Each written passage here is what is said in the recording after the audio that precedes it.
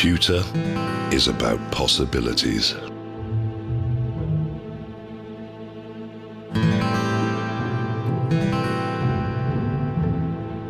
It is an idea made real.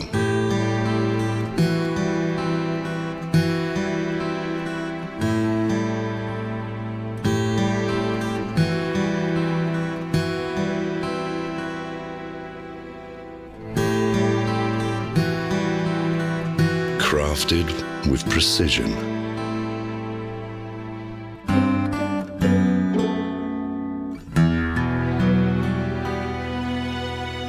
It can make tradition timeless. Computer evolves.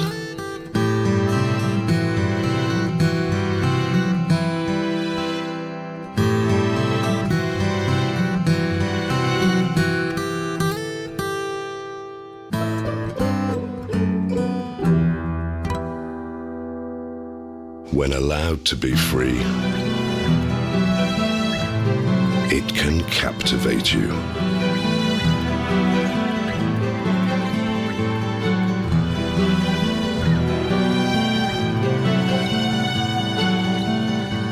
Computer is our legacy, and we're keeping the legacy alive.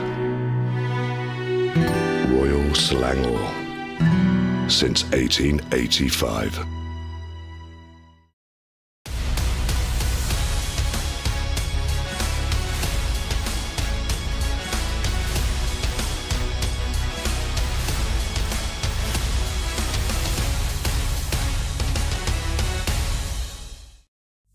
Hello, ladies and gentlemen, and welcome to the eRacing GP, where we're going to be bringing you guys Global Edition number 15. My name is Victor Cax. Joining me here is Alex, and it's an incredible thing that the Global Edition has now hit its 15th season now, isn't it? Wow, it's amazing. 15 seasons, right, Victor? You were there at the very beginning. Of course, we started during COVID, way back, well, it's actually 4 years ago, so 5 years ago. It's not that long at all. Flies. Time flies. And it's just been so great. We've had so many good winners. We've had DTM drivers and Formula E drivers even come and race with us. So you know, really started off as a global edition because we race all around the world, but most of the drivers are here from the Asia Pacific region. Exactly. And on that note, let's go ahead and talk a little bit about what happened in last season, the Global Edition 14. We had plenty of drivers come in and a lot of standout performance amongst that. Here you can see the championship winners for each of the individual classes. We are still running 4 classes in Global Edition 15, just like with 14. And you can see Nakib Aslan took in the top honors for the gold class for Malaysia. Got Kanzani Ramdhani from Indonesia representing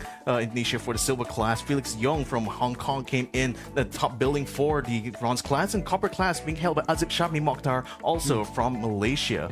So as we have a look in the class standings here, you can see Nakib Aslan had an amazing dominant run in the gold class itself, being almost 40 points ahead of his own brother. Yeah, absolutely. I mean, the gold class is the class everyone wants to win. That's where they want to aspire to. You start with copper, you go to bronze, then you go to silver, and then you finish with gold.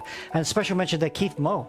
He's only 11 years old. He finished third. It's really, really great to see the young kids coming through. Exactly. So a lot of teams have really taken part in Global Edition since the very start of it. And by the time we got to Global Edition 14, we had so many different teams from all different countries coming in. Of course, the top of the list here is going to be Stratos Motorsports, the team that the Aslan brothers themselves compete in. So obviously, they've been the ones dominating pretty much their own respective classes here. And Stratos Motorsports has been outstanding in the last Global Edition.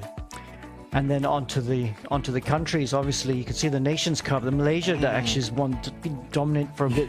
I think Singapore won maybe about 4 or 5 global editions ago, but it's been all Malaysia lately.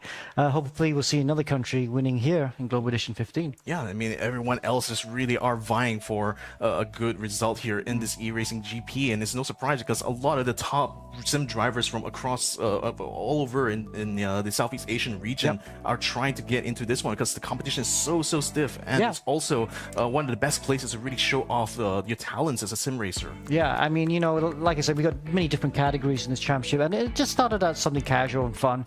And that's why we kind of settled on a Friday night before the weekend has started. It's not that big a commitment. We announced the tracks on Monday. so that everyone knows the Monday of that week. So then people, will only start practicing for this on that actual week.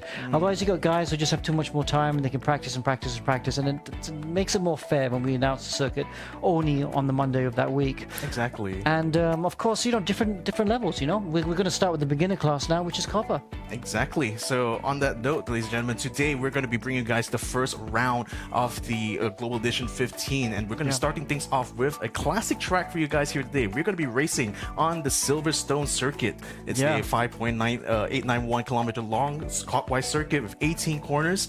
But for this Global Edition, we're going to be using a special layout where we're going to be replicating the GT layout of Silverstone circuit. So instead of having the start line being where it is for normal Formula One races, we're going to be starting from the old pit straight itself. That's right. So the old pit straight, it's the straight on the farthest left of this map here you're looking at, and it's great because that means turn 1 is Copse, and Copse is one of the most famous corners in the world, fast and flowing. Exactly. It's exactly the kind of racing we want to be able to see, especially from our people in the Copper class. So just to talk a little bit about Copper class, it's basically the entry point, I believe, for most people who are trying to enter the eRacing GP. Yes, that's right. So these are a lot of entry levels. We're going to see a lot of crashes, guys. Well, we did the driver briefing, just now. We try to, even though we're sim racing, we try to make it as real life as possible. So we do allow a bit of contact. We do a driver briefing. We do a race control broadcast. And people can protest and rebut a bit like a certain Max Verstappen and Lando Norris last week. So there'll be plenty of fighting. But yes, Copper classes are the guys who are just new to the sport, and we classify our drivers, so we try and keep them in the correct group. So you're racing against people of the same speed and experience. So as Copper is for the beginners, we will see a lot of crashes, unfortunately. But just to remind you about the format, we have a 6-minute qualifying, and they're just about to jump to qualifying in the Copper class, and then we've got 2 15-minute races. Exactly. First 15-minute race is set by the grid, and then the second 15-minute race is a reverse grid. Top 10 reverse, and when you got new drivers in a reverse grid, we see a lot of action. And that's the thing, like the first race basically is a test of like how fast you are overall as a driver, right? But I think the second race is where it gets interesting because it's testing your ability to race specifically, and and times again, like I've seen cases where we have a driver who is really fast but actually struggle to get past other cars even though they are actually faster. That is so very true. We've had drivers who would always be in pole position, but they wouldn't win the championship because they'd always mess up the reverse grid race, or they'd get a bad start even in race 1 and they just couldn't overtake. They get involved in an accident and sometimes end up with 0 points, even though they were on pole position.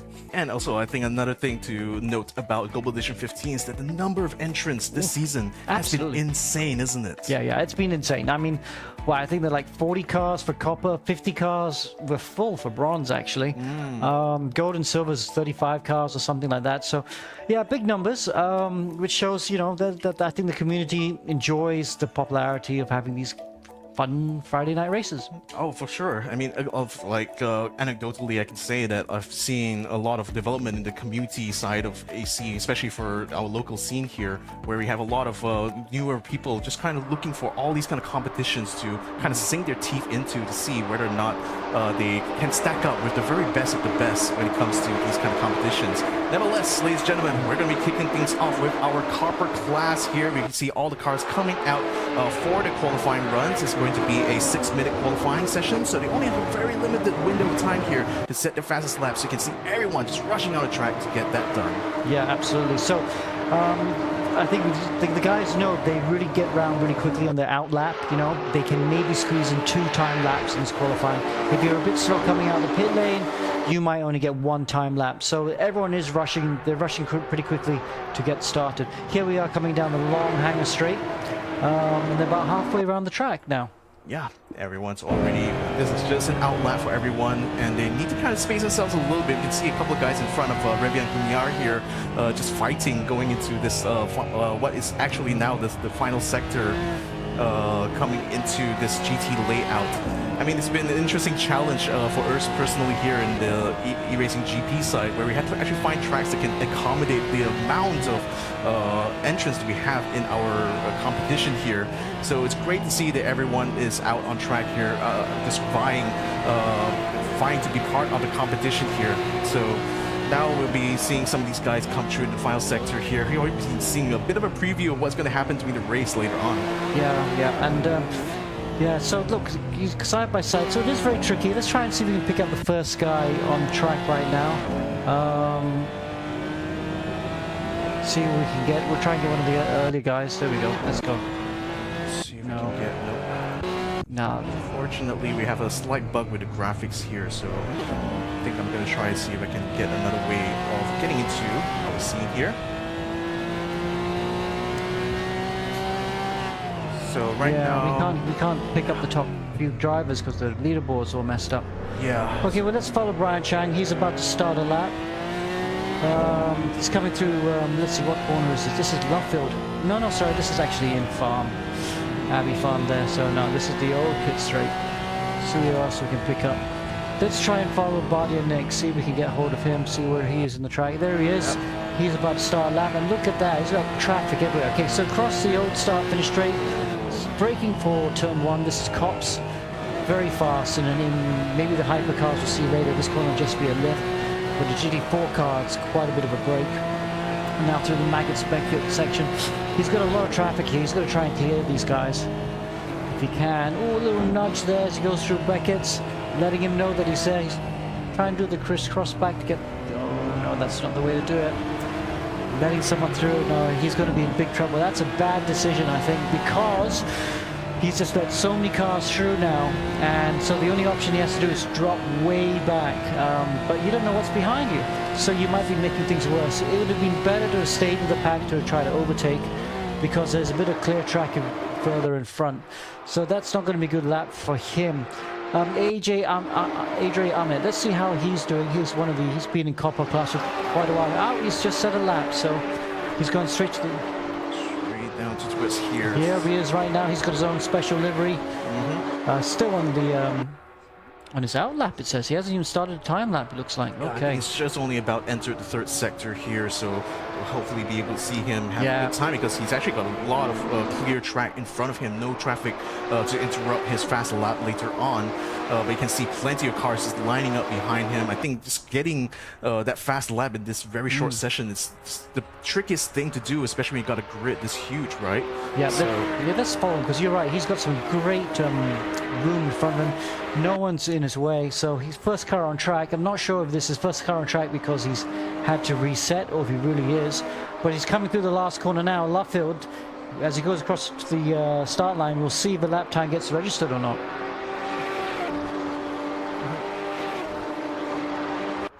Okay, Adrian. No, I've got to stick with Adrian. Oh, what happened there? There we go. Back at Adrian. Give me back. Yeah, no. So he's still on the out lap at the moment. Yeah, I mean, it also is possible that he may have gone out of the track, and that will cause his lap to be deleted. So effectively, he needs to be able to go again to try and be able to set a better time, but his time is running out. Only 1 minute left in the session right now to set his fastest time, and as it stands right now, he's 32nd off the leaderboard right now, not having set a single time yet. Okay, let's try and fix it. And there he is in the inset. You can see him there, the zoom inset right now. He's only, what, 9 years old. There he is. Hopefully he has a good lap here. Let's try and, while we're watching him on the inside right, why don't we just try and see if we can change the settings for the leaderboard to try and fit it to the screen. But yeah, Adrian there, look at him, he's so it's not his car anymore, but you can see him just now, right now. Okay, so here he is trying to finish his lap as we try and fix the leaderboard right now. Yeah, a slight technical glitch right now as I try to figure out how exactly we get this done here, but nevertheless, we still have the qualify session in play right now. Oh yeah, we can't see who's in first, second, and third right now because we can't get to the leaderboard, so we need to fix the leaderboard first.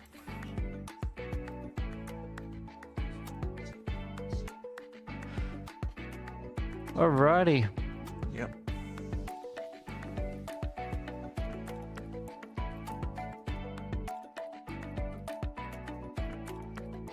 Okay, I think we're going to go for a quick ad break, guys, and then we'll be right back in a sec. Yep.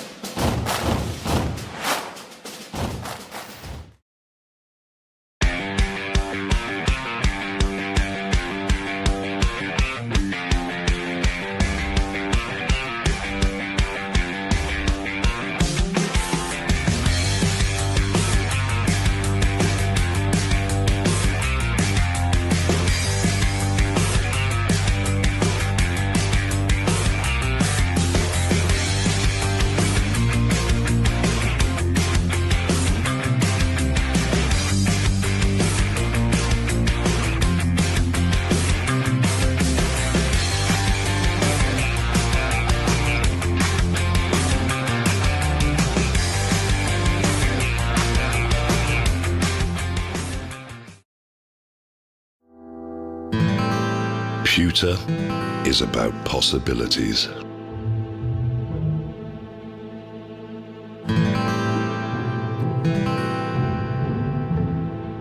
It is an idea made real.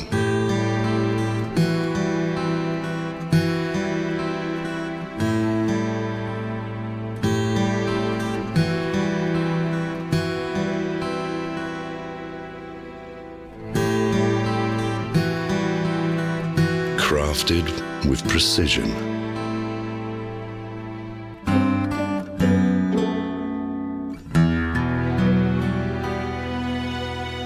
It can make tradition timeless. Pewter evolves.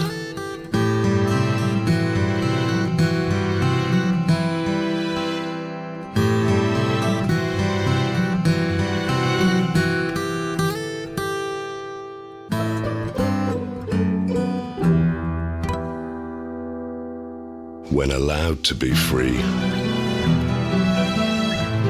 it can captivate you.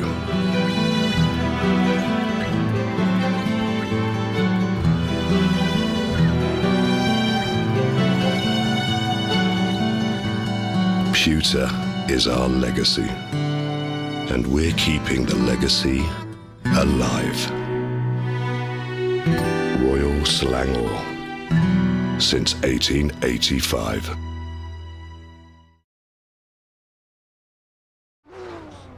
Okay, we are back, and guys, here we are. See, so Yeshan there on pole position, Gunawan in second. Adrian Amit, the 9-year-old, pulled it out of nowhere to go P3. New driver there, I think Aiden Tan in 4th position, and Wirawan in 5th position. So quite an event for qualifying. We have our leaderboard back. Let's hopefully it will stick around a bit more. Yep, exactly. Red lights are going on, ladies and gentlemen. This is a copper class for the Global Edition, and we are off now. Let's see whether or not Yeshan will be able to get a good start. He is going on side-by-side together with Sebastian Gunawan right now. Oh, but Gunawan has the inside line in the first turn, so he takes the lead away from Yeshan as we enter Cops Corner. Lots of cars still battling out behind them as we run through the next series of turns here. Gunawan still able to build a good lead ahead of him, but Yeshan's facing a bit of a challenge behind. I think that's going to be Tan, Aiden Tan now just bumping behind him, trying to find a way around the outside, but cannot quite get the inside going into the next set of corners here inside Beckers and Maggots. But at the moment, Yeshan still maintains his position in second place. Aiden Tan now facing a challenge here for Adrian Ahmed, who's now caught up behind him here. He's going to try to get a drive in this long straight here. The right-hand turn is coming up soon, and it seems like Adrian Ahmed is able to find his way through, gets ahead of Aiden Tan, and takes the 3rd place. Nicely done, and I have to say that there's some awesome racing going through these first few corners. Normal and copper class, we've got lots of accidents, but some very clean racing as Tan comes back on Ahmed. Yeah, he's attempting to try to defend his position here. Adrian Ahmed lost a bit of time just now in his attempt to try to get past Aiden Tan, and now is facing a challenge from Shazali, who is right behind him, is able to get the slipstream on him by the time we get on the straight. Adrian Ahmed is now going to have to defend coming into this next turn here. But he is still going to be ahead of Shazali for now. It's not enough speed being found here from the Porsche behind him. He's going to try his level best to stay close to him for this lap. Yeah. Holds it off for now. The car in green. Adrian Ahmed always coming under big pressure. This is an overtaking opportunity. He's got to try and give him a bit of space. They both just about get by side by side. Indeed he is. I mean, Adrian Ahmed still fighting to try to get himself back on the podium position. He was having a taste of it just now in that first lap, but now Shazali is going to try to challenge him for this 4th position here. He has the inside line. Can he outbrake him? The purple Porsche slips in and gets a position away from Adrian Ahmed. Now Shazali is going to be in 4th place, and Adrian Ahmed now just has to stare down the spoiler of that purple Porsche GT4. And I have to say, Adrian's been very calm. He had a bit of a moment out of left field there. That's really going to put him under big pressure in the Cops. Not what he needed, but it's been a very kind of mature lap from the young 9-year-old so far. Indeed, but then now Bardet comes in. He senses an opportunity here. He cuts away, cuts off Adrian Ahmed to come into this corner here. But Adrian Ahmed fights back around the outside this time around. Bardet has to try to play defense, but he doesn't quite have enough speeds as they enter Maggots and Beckett's. In fact, they will still be side by side now. Jumping over the curb here is Bardet. That could be a track limit violation though. He tries again. Adrian Ahmed slips in front of him as Bardet fights to try to keep his car under control on the grass, and now is in danger of losing even more positions as more Porsches now come up behind him. Wow, all three of them side by side. I was very surprised there wasn't contact there. I've never seen a copper class go a whole lap without some big contact. So this is some very good racing by this year's season class of copper class. Indeed it is. Aiden Tan right now still went way too deep into that corner there. That's going to lose him some time. Although fortunately Shazli is still 2 seconds behind, so it's not in danger of being attacked this lap. But if he does keep up those kind of mistakes, it could get even worse. Now coming up to the main straight here, Sebastian Gunawan is still in lead of this race by 1.2 seconds to Nieshan here in second place. Aiden Tan, of course, still in third. He's keeping himself ahead of Shazli here, as well as Adrian Ahmed, who's attempting to try to chase back at the opportunity to get back on the podium here. In the meantime, we still have more times coming through as we are coming into the first 5 minutes of this 15-minute race. Yeah, so this race has really flown by, and then we're only on lap 2. Again, let's not forget, this is a Formula 1 track. This is the Silverstone Grand Prix track, 5.89 kilometers, so you will see the laps take a lot longer. Okay, now back on front. Who's this? Aiden Tan is dropped back down to P8. Where did that happen? Oh, I think that's a bug with the graphics here, unfortunately. Oh, yeah, that's right. No, actually, he's still P3. He's still P3. Still P3. He's still P3. Yeah, because in this kind of layout, so we had there's a bug with this layout actually, where when cars enter the final sector, the timing screens get a little bit wonky, but nevertheless, the actual results will still stand, because by the time they get over the control line on the start line, the results, the standing was actually going to be corrected. So of course, you will still see Sebastian Gunawan still being in lead of this race here. Nirosh Yisan in third place. Aiden Tan currently in third. Still having a bit of battle, I think, going on in the middle of the pack here is Hosea, who's right now in 10th place. Currently under challenge here from Megan Ayman. They're both battling it out inside Maggots Beckett's here. Very tight. Evan Hosea isn't able to find himself ahead of Megan Ayman right now. Still trying to find some space. Good battle here, just right down at the bottom of the top 10.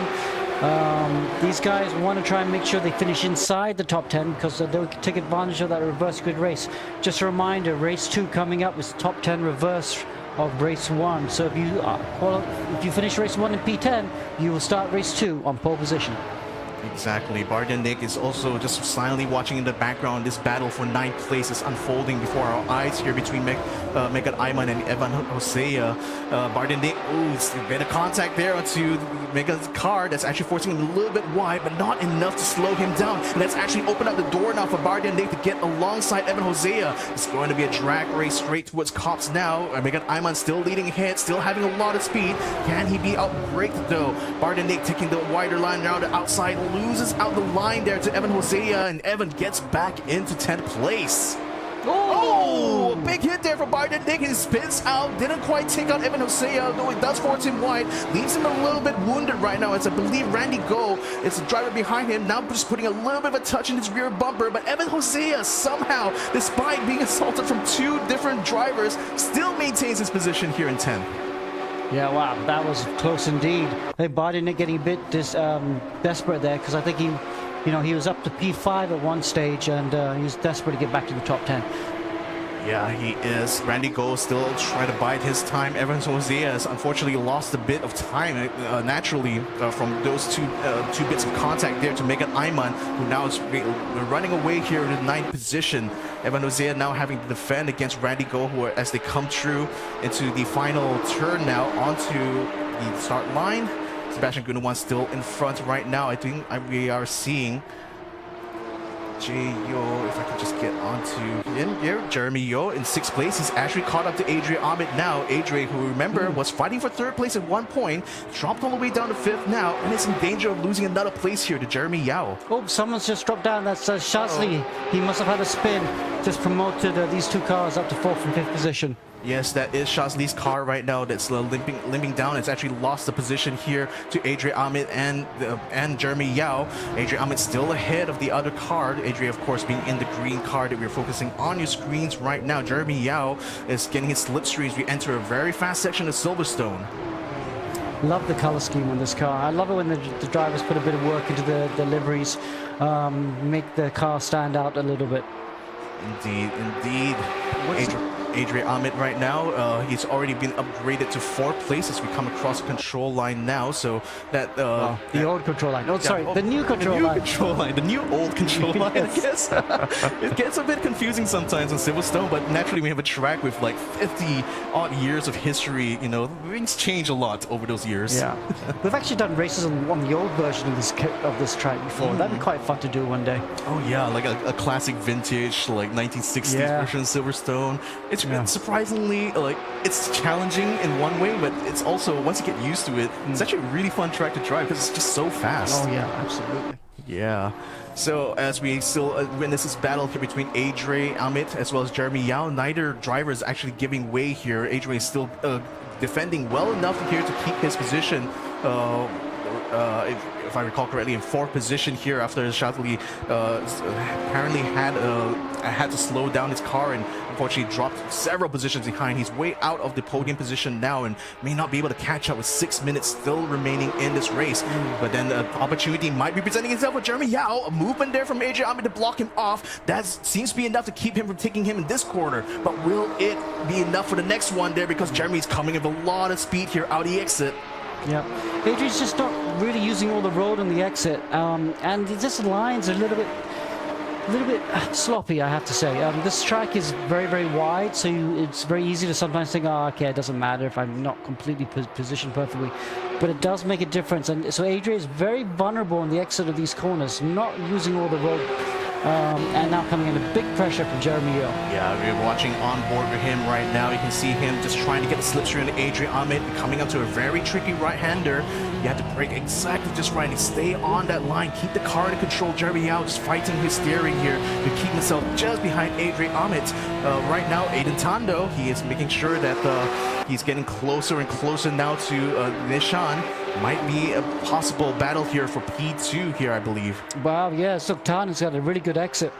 As he come to the new tracks, turn 1.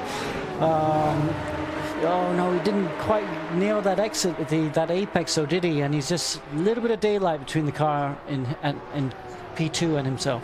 Yeah, and still very much far ahead of them is our race leader, Sebastian Gunawan, although he's still within touching distance of our top 3 here, so not exactly running away that far with 4 minutes still remaining in this race.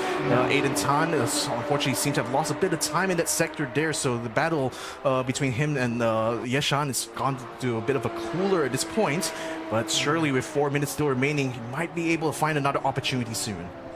Yeah, I mean, this is actually coming together. These top 3 cars are really getting close together now, right now. So it'll be quite interesting to see how this turns out for all of them. So now Sebastian Gunawan is starting to pull away from them as Yeshan's car is starting to slow down a little bit coming through the sector here. Perhaps this could be the moment for Aiden Tan to strike. Just needs to try to find the right moment here. Coming up the cops here, very fast right-hand bend. Both of them just taking it nice and gingerly as to get through into next turn. It's already flashing Nirosh Yeshan, trying to warn him that I'm going to be coming after you now, coming through this very fast left and right-hand bender, the Magus Beckett's the funnest place in Silverstone, as I might say so myself. Oh, but Aiden Tan is certainly finding a lot of fun here, getting closer and ever so close to Nirosh Yeshan. A bit tricky here, bumping over these curves. He's having a lot of speed on the exit right now. There could be a pass around the outside here. Very tricky one to do here, especially against Yeshan. Side by side now as to turn in. A bit of a touch, but no loss of control. Yeshan still stays in front. He's unfortunately gone a bit wide. That's opened up the door now for Aiden Tan to attack him on the inside. Now switching quickly around to the outside here. Still carrying plenty of speed, but not able to keep up with Yeshan side by side. He had to back out of that, and Nirosh Yeshan stays in P2 for now. Great battle. Yeshan there from Sri Lanka. Switch back, not quite. Not quite. Almost forcing Aiden Tan to take onto the sausage curb here. Wow. Okay, and here he is on camera. That's Yash? Yeshan. Yeah. Yeah, Yeshan on camera right now, and look, he looks very focused. Yeah, just Good to keeping. finally see him because I don't think I've met him before.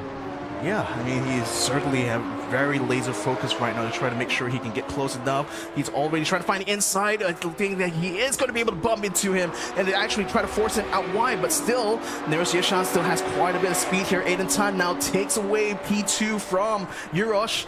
He's going to try to fight back in the next turn, I expect, because he definitely gets a bit of slipstream now. He's now flashing back at Aiden Tan. This is going to be his revenge. He tried to go around the inside, but closing the door there is Aiden Tan. Stays in P2. That forces Nero Yishan to go over the curbs here. He's going to try to attack around the inside, not quite getting his way though.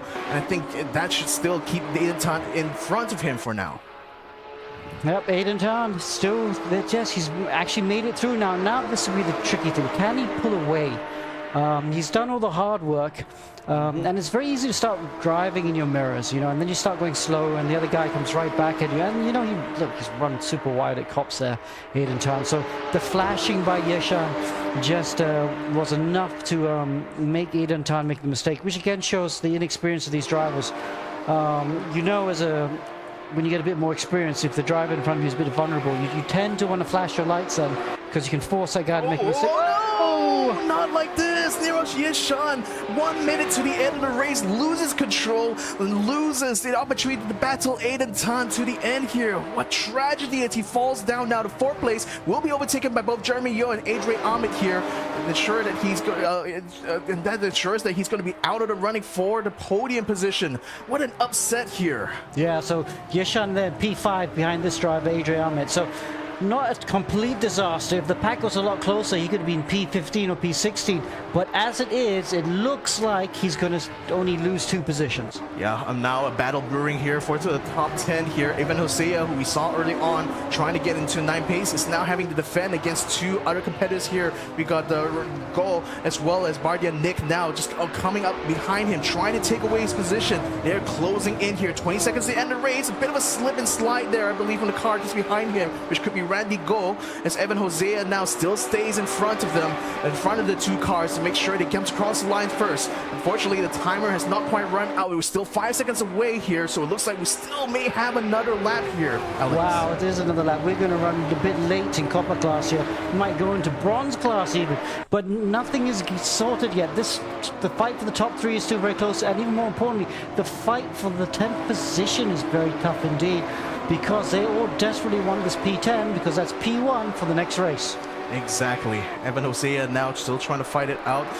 So far, the leader of this race, Sebastian Gunawan, has not faced a challenge at all for the lead, and it looks very likely that he will be able to finish the race still in the lead here.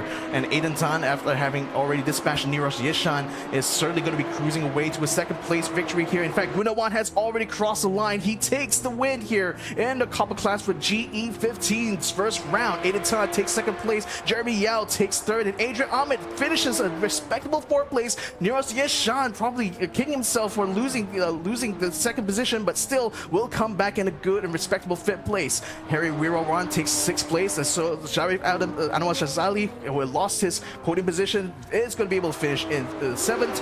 Megan Ayman in 8th. Evan Hosea finishes in 9th position, and an upgrade for him as Barden Nick finishes out top 10 here. Wow, Bardia Nick had such an exciting drive. I don't know how he got back to P10. I thought he was down to P20 at one place. So P10 for him means he will start in pole for the next race as everyone decides to do donuts. So now we go wait for the countdown timer to finish, because they need to wait.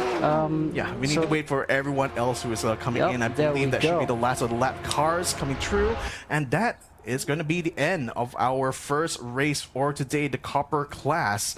So wow, I mean, that was actually quite good racing there, in spite of everything. You know, I was very surprised actually, Victor. It was really good racing. Actually, that's racecraft wise, not so many mistakes, some good moves. That might have been probably the best copper race I've seen, or at least the best copper race I've seen in a long time. because we're used to a lot of accidents normally in this class. So that was pretty good. Yeah, that was pretty good. I mean, again, apologies for the bug in the graphics of the disrupted start, but nevertheless, it was great to see that the racing was just completely uninterrupted here.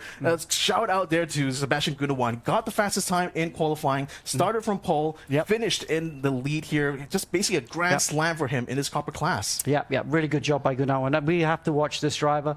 Now let's see if he can race. We know he's quick. He can lead from the front. Let's see if he can race, because that's going to be the next big question mark, because he'll start P10 for the next race.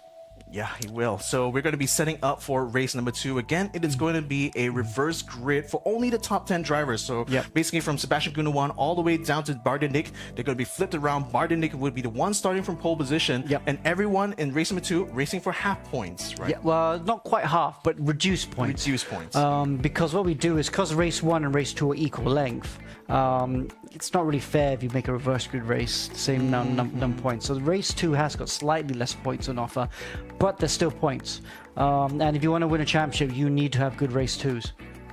Yeah, so we are setting up on the grid right now for race number 2. Just like with race 1, it's going to be 15 minutes long. It's just that the top 10 will have themselves reversed here. But this is still going to be on Silverstone, still going to be the same group of drivers that we saw battle it out just before. But this time around, Bardenik is going to be the one starting up in front here. So we can see him in that red and white car. The red lights are on, and we are off here for our next race here for the copper class. Bardenik is going to be fighting for his life. He's trying to make sure he stays ahead of everyone else as they come in through the line here. Sebastian Gunawan. Oh, actually, Sebastian Gunawan is starting. There's no reverse grid race. No reverse grid here for some reason, but nevertheless, the race still continues on with Sebastian Gunawan continuing to lead ahead of Aiden Tan as they come in through Maggots and Beckett's. Aiden Tan right now, he managed to finish the race number 2 in second place, but now he's going to try to battle with Gunawan. So there's going to be some pressure here for Sebastian to face off, because he didn't really have much of a challenge when it came to race number 1. This time around, Aiden Tan, having already dispatched one driver, is seeking to try to eat up another one. That is right. So there's Sebastian Gunawan leading this race comfortably. Aiden Tan in P2. Oh, he's getting a bit quite sideways there. Yeah, that's cost him quite a lot of time. Jeremy Yao senses an opportunity here. He's going to try to line up a side with him. Tries to outbrake him. Gets his car in that position. Didn't quite capitalize too much on that. Aiden Tan regains his position now, but Jeremy Yao tries to find a good exit coming out here in order to try to overtake Aiden Tan. Tucks in just behind him, getting onto the straight. But at the moment, Aiden Tan is not giving way. He's not letting this go. Jeremy Yao is going to have to fight for every inch of track here in order to get past to get second place. As we see Adrian Ahmed still looking behind here, attempting to try to close up with the rest of the front runners. He's got a car or two just behind him, trying to ensure that he's going to be able to get a decent finishing position for race number 2. Just behind him, another car facing a bit of a challenge here. As we see our race leaders here, we can see Sebastian Gunawan still in front of the pack there. Aiden Tan, big of a gap before he gets to Aiden Tan, who is currently still fighting together with Jeremy Yao for second place. Adrian Ahmed is just hovering in front there, just trying to make sure he stays in the good position for now. Harry Wiwaran is the car just behind him. We can see Evan Hosea, who finished in 9th place now, trying to challenge him, trying to get himself further up in the top 10. I think Harry Wiwaran just made a mistake on the curbs there. This could be an opening here for Evan. Trying to go around the outside, isn't he? So, nicely. Now they're side by side as they come into Cops. Oh, you can go around the outside of Cops. This is one of those corners. Looks like the guy on the inside's gone way wide, though. A bit conservative there, I think, by Hosea, but actually it pays off because by keeping it neat, it's now allowed him to get in front of the car. So good move there, now in front of Wiran. Yeah, Randy Go is the car just behind, sliding all the way through there, trying to keep up with Harry Wiran.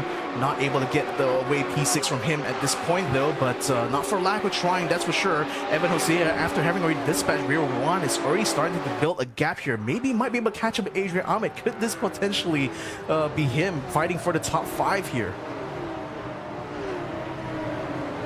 So, ladies and gentlemen, we're now about 3 minutes into our first race. We are already seeing Gunawan continuing to stay in the lead here, just like he did with race 1. Aiden Tan just behind him.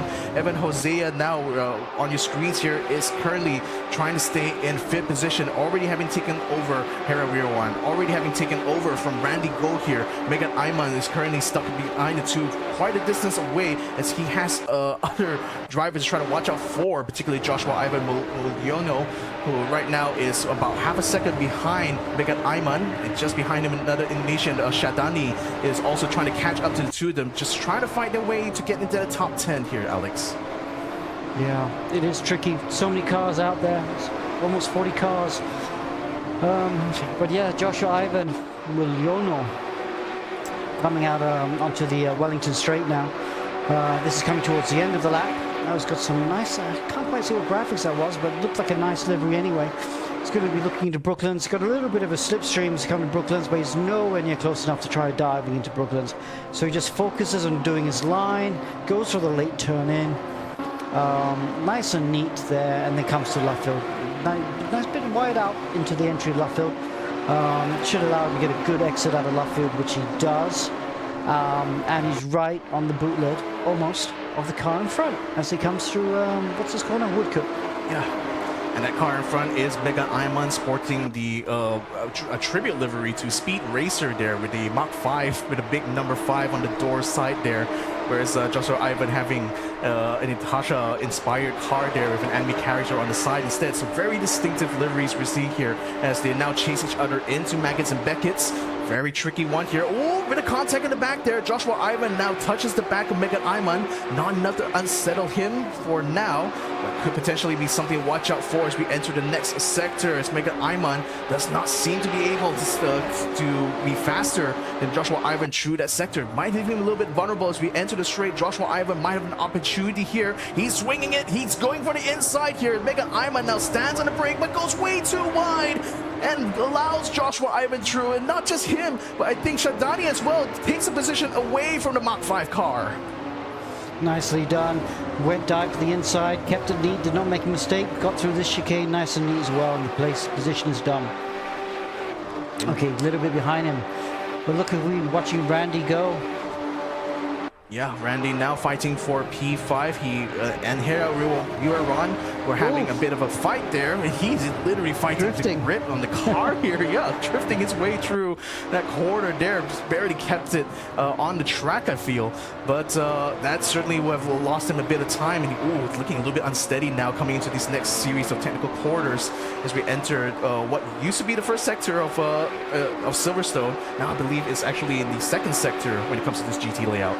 Yeah, he's looking a bit ragged there, you know, drifting through that corner earlier on. Now he's coming back to the last sector of the lap, yeah, coming through what's this, Brooklands here, but then followed up by Luffield again before the start-finish straight. Indeed, Randy Go now still continuing to go through.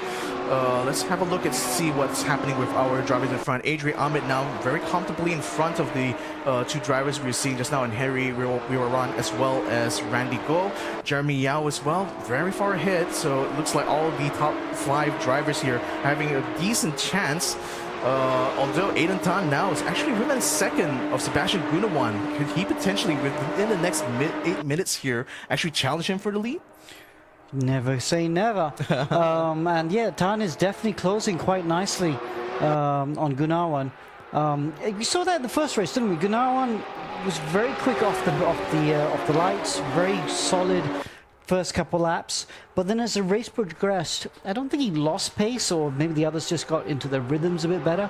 But they were putting him under a lot of pressure towards the end of race 1. And as we come halfway through this race now, it certainly looks like Tan is closing down on that gap. Yeah, in fact, unfortunately, we're not able to bring you guys the live, actual split here, but I believe it's about 0.6 seconds, 0.7 seconds between Aiden Tan as well as Sebastian Gunawan. I do believe I see Megat Ayman trying to close in a Shadani. Unfortunately, that gap is already widened out to 2 seconds. Actually, Megat Ayman lost a bit of time. He's spun. He spun completely, drops out of the top 10 inside the grass. I don't think he'll be able to get out in time before a lot of cars gone past. In fact, he's completely cooked it and trying to get out. Oh, what a disaster here for Megat Ayman. Oh, that's going to be so painful because you go off and you try to get back on track as quick as possible. You gun the throttle and then you just end up spinning around again. Yeah, Shazli, right now he had a bit of an upset when it came to that first race. He lost out a bit of time. Now he's going to try to fight against Fikes Taki in order to try to get a position away from him here. I believe he was somewhere in the top 10 as we go. We're switching over here. Fortunately, due to a glitch, we're not able to confirm the exact position until they've gone past control line on the old pit straight. But for now, Shazli is doing very well here to keep close to Fikes Taki. Could be potentially good battle here. 6 minutes still remaining in this race. Yeah, Zarif Adam here. He actually started joining Copper about a year ago, really. Actually, no, yeah, just under a year ago. And there he is. So it's good to see how much he's improved in just under a year. Indeed, now just getting closer and closer. The Fies here potentially cut him by the time we get to the main straight here. He's got plenty of opportunity here to try to get a slipstream, especially in these fast parts of Silverstone. So just trying to close that gap. He was so tantalizingly close. Now 0.2 seconds behind. Is he going to make a dive here in comps? Not quite. Still trying to keep it safe for now. Still trying to tuck in behind Fies here. Oh, but Fies slowed down too much. He slowed down way too much. Takes Sarah Adam to get over him, and both of them are out of the top 10. Gosh, what happened there? They looked like they both had good exits, but the car in front just slowed on the exit of the corner. Yeah, very strange. Could he perhaps have hit the sausage curb or something? No sausage curbs on the exit of cops, but it was very strange how much he slowed. It's almost like you miss a gear.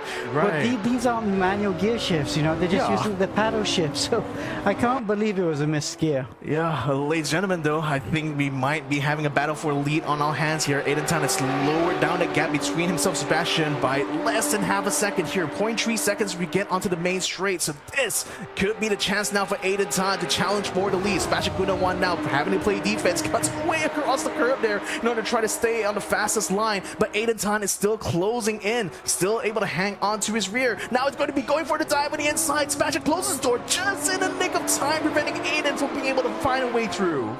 Wow, 4.5 minutes, so we got at least a couple more laps to go after this one. Yeah, so Aiden Tan, you know, what does he do here, right? Because he's got to pick his moment. There is time. I know you're getting to the end of the race and you start thinking, oh my gosh, I'm running out of time, but there is time. So what's he do here? Does he think about how he's going to set himself up, or is he just going to blindly push and end up hitting the car in front? Because the thing is, there's still 4 minutes left in this race. If he shoots his shot too early, he's going to leave himself vulnerable to attacks coming from Sebastian Gunawan until the very end. So it's just like you said, he has to pick his moment just right. The trouble is that as the longer he stays behind Sebastian Gunawan, the shorter that window of time becomes for him to actually overtake him. So I mean, it's a really hard decision to make, isn't it, as a racing driver, right? Well, actually, Tan's been watching Gunawan for many laps now, and he's got very close. So by this stage of the race, he should know where he's stronger than Gunawan. Like, for example, you didn't have a very good exit at Lafayette, but he knows, especially in the middle of this lap, he's going to be strong. So he's got to just try and make sure he nails that part of the track and has a chance to try and overtake him when he knows he's strong. And we're coming up to that part of the track now. In about 2 or 3 corners from now, we're coming to the part of the track where Tan is good, and he just needs to make sure he nails that area. And don't dive like this when he's nowhere near close enough, because then you're just compromising your exit. This is where you've got to start being a bit more strategic in where you place the car. Indeed. I mean, he's still very close enough, very much close enough to Sebastian. They can keep pressure onto him. Bit of a touch on the sausage curb, causing him a loss of control, but he still stays on the rear of Gunawan. He might have lost a tenth or two by the time we get out of this section here. Aiden Tan now challenging Sebastian Gunawan for the lead of the race here in race number 2. 2 minutes and 40 seconds remaining here. Time is running out. When exactly is Aiden Tan going to make his attack? Is it going to be now, or is it going to be never? So Gunawan was very good through the last 2 corners. So Tan was not close enough to make a dive, and then he's still not close enough for this left-hander. So Gunawan actually is the driver that's learning. He knew that he was not so strong through those previous corners a lap ago, so he just kind of brought it back a bit and was really nice and clean through there. And Aiden Tan was not able to close the gap to try and dive down the inside. Indeed. I mean, now things are becoming a bit of a cooler, I think. We do see the sections where Aiden Tan is strong. Unfortunately, we enter the section where Sebastian's just that little bit faster, so he's able to build a bit of a buffer now for this battle. 1 minute and 55 remaining, less than 2 minutes to the end of this race here. Sebastian Gunawan facing a bit more pressure now in race number 2 compared to what experienced in race 1, with Aiden Tan now breathing down his neck. It's just one mistake from his end here, and that could be the end of his lead here in the first round. Okay, this should be the last lap. This is the lap. This is when the hero zero moments. Yep. So, I mean, but also you got to think about the championship. You want to try and make sure you get some good points here. And at the moment, yeah, but you know, you're a race car driver. If you see a gap, you got to go for it, right? Exactly. I mean, all that you only have like a very short window of time to make that decision here.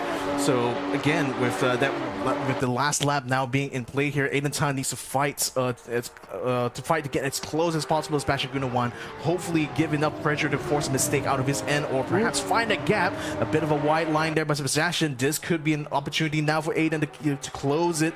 And close it, he does as he gets onto the straight, taking the slipstream off of the Sebastian. He slides on the inside, forces him out. Oh, but gets a little bit too loose on the exit. Still stays slightly ahead. Bit of a flash coming in for Sebastian. He wants to be able to take the lead back, but Aiden Tan now just flying away towards the start line here in front of Sebastian Gunawan. That was a dive from quite far back, and now who's that in third position is coming out? Is that Jeremy Yeo? Yep, that's Jeremy Yeo. So they've got to be careful now. Gunawan might lose another place. Indeed he is. I mean, Jeremy Yao has just been biding his time now, and an opportunity has just landed in front of his lap. 20 seconds left until the timer ends here. So Jeremy Yao might be in a good position to fight for P2 with him already behind Sebastian Gunawan. Aiden Tan starting to pull away here, starting to have a gap. He's way faster in this part here compared to Sebastian, so he's already leading ahead of these two drivers here. Jeremy Yao now trying to catch up Sebastian Gunawan here. They're certainly doing well here to get himself in that slipstream. Almost sensed an opportunity there, but it looks like he did not decide to go for that dive. Still tries to play it a bit safe. Again, he's still in that top tree here. Sebastian Gunawan continuing to try to stay in P2. He's already lost one place. Does not want to lose another one here. Okay, they come across the line now. Oh, I think this is it. This could be it, yeah. I mean, Sebastian Gunawan now in P2. That's going to be our winner. Aiden Tan taking the win in race number 2. Sebastian Gunawan in second place. Jeremy Yao in third. We're going to be seeing George Chai Chuan Chu coming across the line soon, I believe. Oh, no, actually, this is a completely different person here. It's going to be Joshua Ivan Mulyono, who takes 4th place. Randy Goh in 5th. Harriet Zbirawan in 6th place. Shadani is able to recover into a 7th place finish. Adrian Ahmed takes only 8th position in race number 2. Doni Sadewa takes up 9th place, and the final top 10 here for race number 2 is Revian Gulmilar. Wow. Okay, so that's some good, exciting racing. Copper class is done. So we need to know which is coming up next. That'll be bronze class in a while. In fact, the bronze guy servers are already out there practicing in their server. I don't think we can get Aiden Tan on Zoom or Gunawan on Zoom. So yeah, I think we could go for a break, can't we? Yeah, we surely could. Copper class is already done and dusted. Bronze class will be coming up next. That's going to be our GT3 class here for GE15. And lastly, we're going to be having gold and silver. So still plenty of races for you all at home to enjoy here. My name is Victor Cax. Joining me here is Alex. We'll be right back after the break.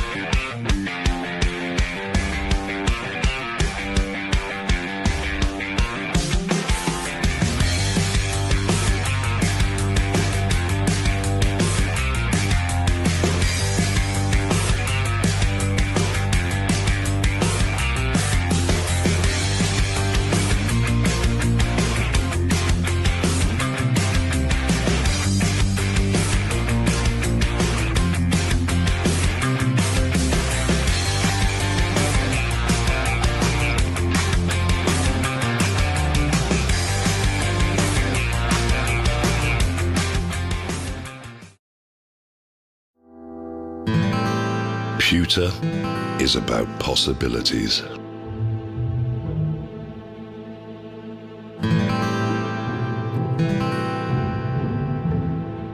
It is an idea made real.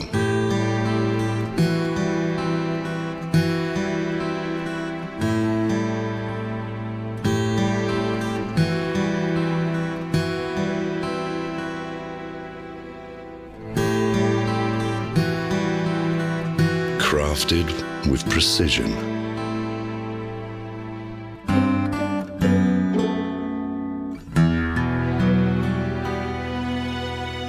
It can make tradition timeless. Pewter evolves.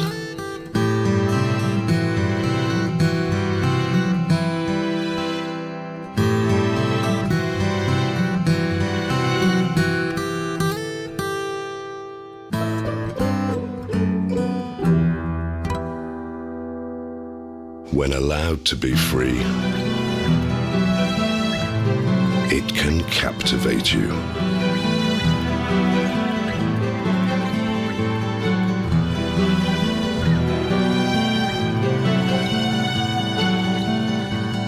Pewter is our legacy, and we're keeping the legacy alive. Royal Selangor, since 1885.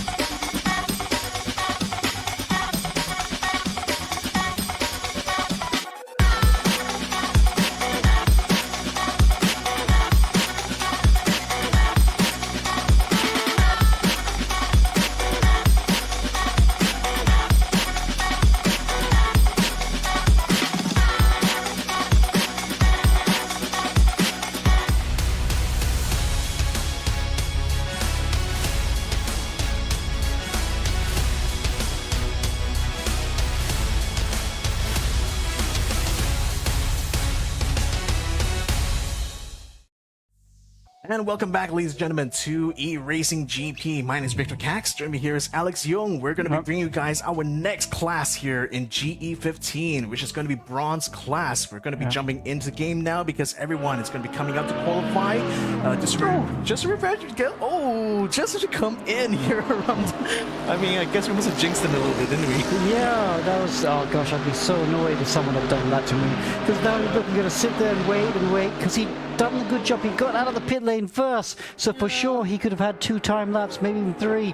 But now he's at the very back. Oh my god, everyone's still fighting their way to try to get in front of the pack here, so it's not quite done. This is just the outlap. They haven't even started the time lap.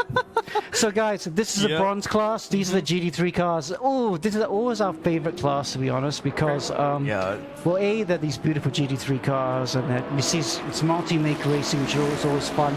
But the other thing is, bronze class drivers are pretty good drivers, but they're not what we would call pro. So we see a high standard of racing, but we also see some mistakes. And when we see a few mistakes, you see some excellent racing. Exactly. So just to remind you guys in the audience here, so qualifying is going to be a 6-minute session here. We're going to be running into 2 races, 2 15-minute races, just like we did with the copper class. And for bronze class now, again, it is a GT3 style competition. All these cars are already BOP'd, as in they already had a balance of power applied, in that all these cars have literally the same power bands, like the engines provide output exactly the same amount of horsepower. The only difference between these cars, because all these cars are actually working on the same kind of platform, only difference is the size of the tires as well as the gear ratios to even out the difference in the tire size. So for all intents and purposes, even though it's a multi-make series, for the drivers it is kind of run like a spec series. All these cars are very similar performances. It's just up to the driver to not only extract the maximum out of these BCRC cars, but also to be aware of the very minute differences in terms of these different setups. Yeah, absolutely. So the cars do feel a little bit differently, so you do have to drive different cars a little bit different. Oof, Ryan Muson gets completely wide, and that's going to mean his lap is messed up.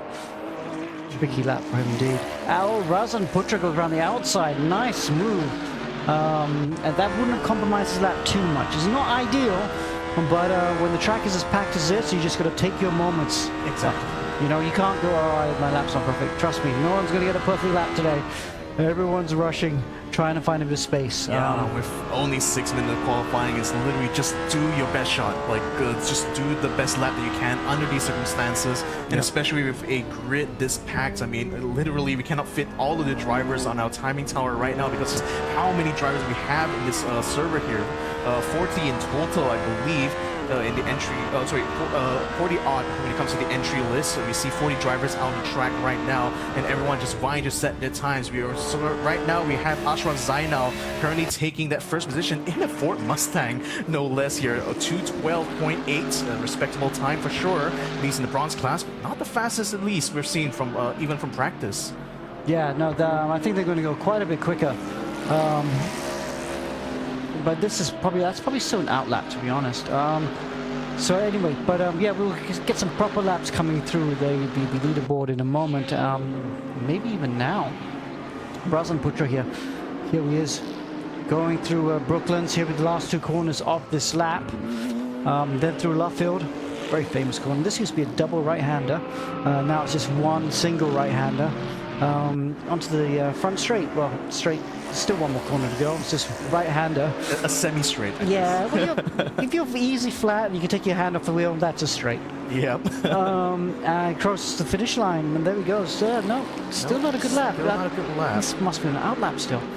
Okay, who else was out there earlier that should be finishing lap? Ian Wong.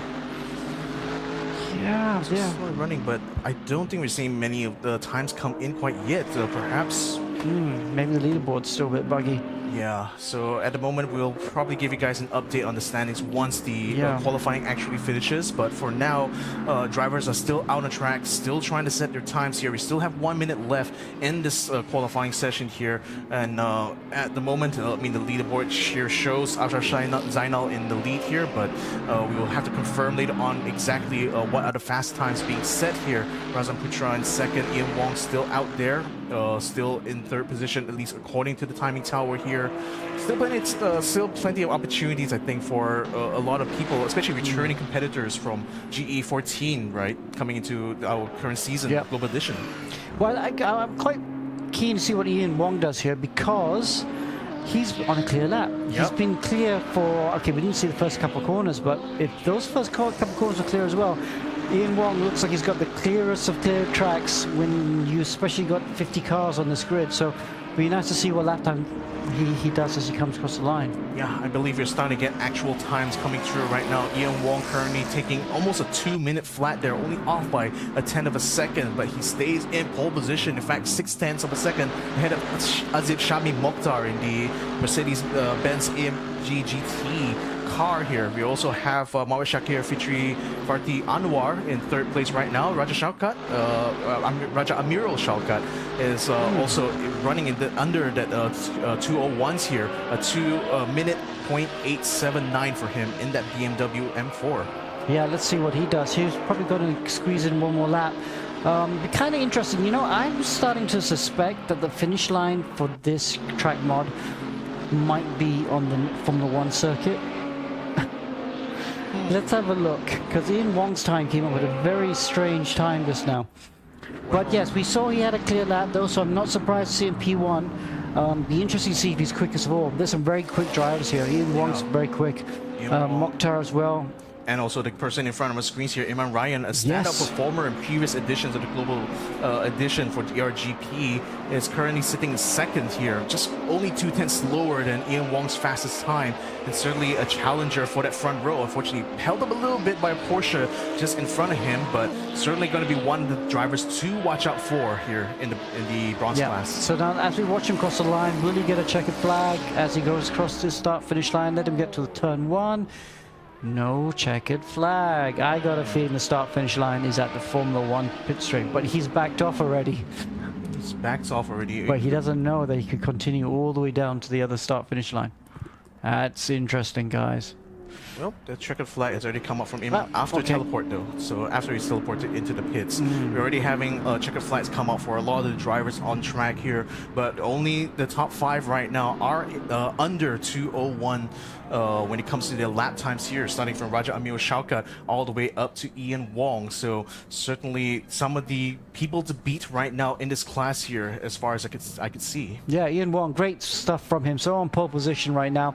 We're back. We got a small break right now as people get ready to refill the cars and magically teleport onto the start-finish line. No out laps through the grid or anything like that. They just click a button and away we go. But we've got about another minute before that happens. So Ian Wong is very interesting. He actually won a club race. He's Malaysian here, and he won a club race at MAM. Club race, I think he finished 3rd or 4th in the championship. So one of these drivers that has come along very quickly. He's actually likes ACC more, but I can see how much he's improved on AC now. He's really, really quick here.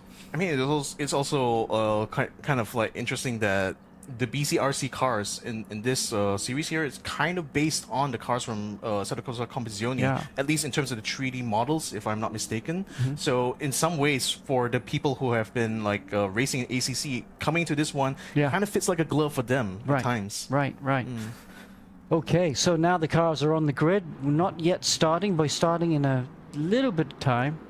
Okay, I don't really trust that leaderboard grid. Unfortunately, because of the glitches that we're having here, so we'll have to wait until the first lap before we'll be able to confirm what exactly positions are. But if I recall correctly, it was Ian Wong who actually had the fastest time, but although on the screen here, it's dropped down to 3rd place, and I don't think, he's actually inside the 3rd grid slot here. That is weird. It's really that is really weird. That is really weird indeed. So at the moment, Mohamed Fawzu Alim is the one in 1st place. Starting on the front of the grid here, the lights are coming on right now in our first race for the bronze class in GE15.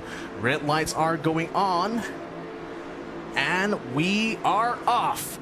Muhammad Fawzul Alim, of course, being in the front of the grid here. It looks like Ian Wong and Iman Ryan are both going to be fighting each other to try to get themselves in front. It's going to be Ian Wong who wins that battle out there with the BMW. Another BMW behind him. Raja Amir Shalka is looking to try to get himself close enough to try to fight for a possible second place here, but he needs to head off Iman Ryan, who is chasing up closely behind here, following in that Ford Mustang. But unfortunately, will not be able to keep close within Magazine Beckett's here, slowing down hard here into the exit of Magazine Beckett's, now into Chapel. The top four here still is going to be Muhammad Fawzul Alim, who leads the pack. A bit of a contact at the back there, a bit of a tussle, but it seems like whoever got spun out there just came out in the right direction. Yeah, nice little 360 at the fastest part of the track. Yeah. Iman Ryan trying to go on the outside of Raja Sharakat, not able to at the moment. Raja will have the inside for this next corner, and yeah, should be able to comfortably hold on to that position, but he has missed the apex. Means his exit will not be very good, and there we go. Ryan down the inside, showing his nose, not quite able to do it. Not quite able to do it, just has to tuck in behind Raja Amir Shalka as we get onto the main straight here.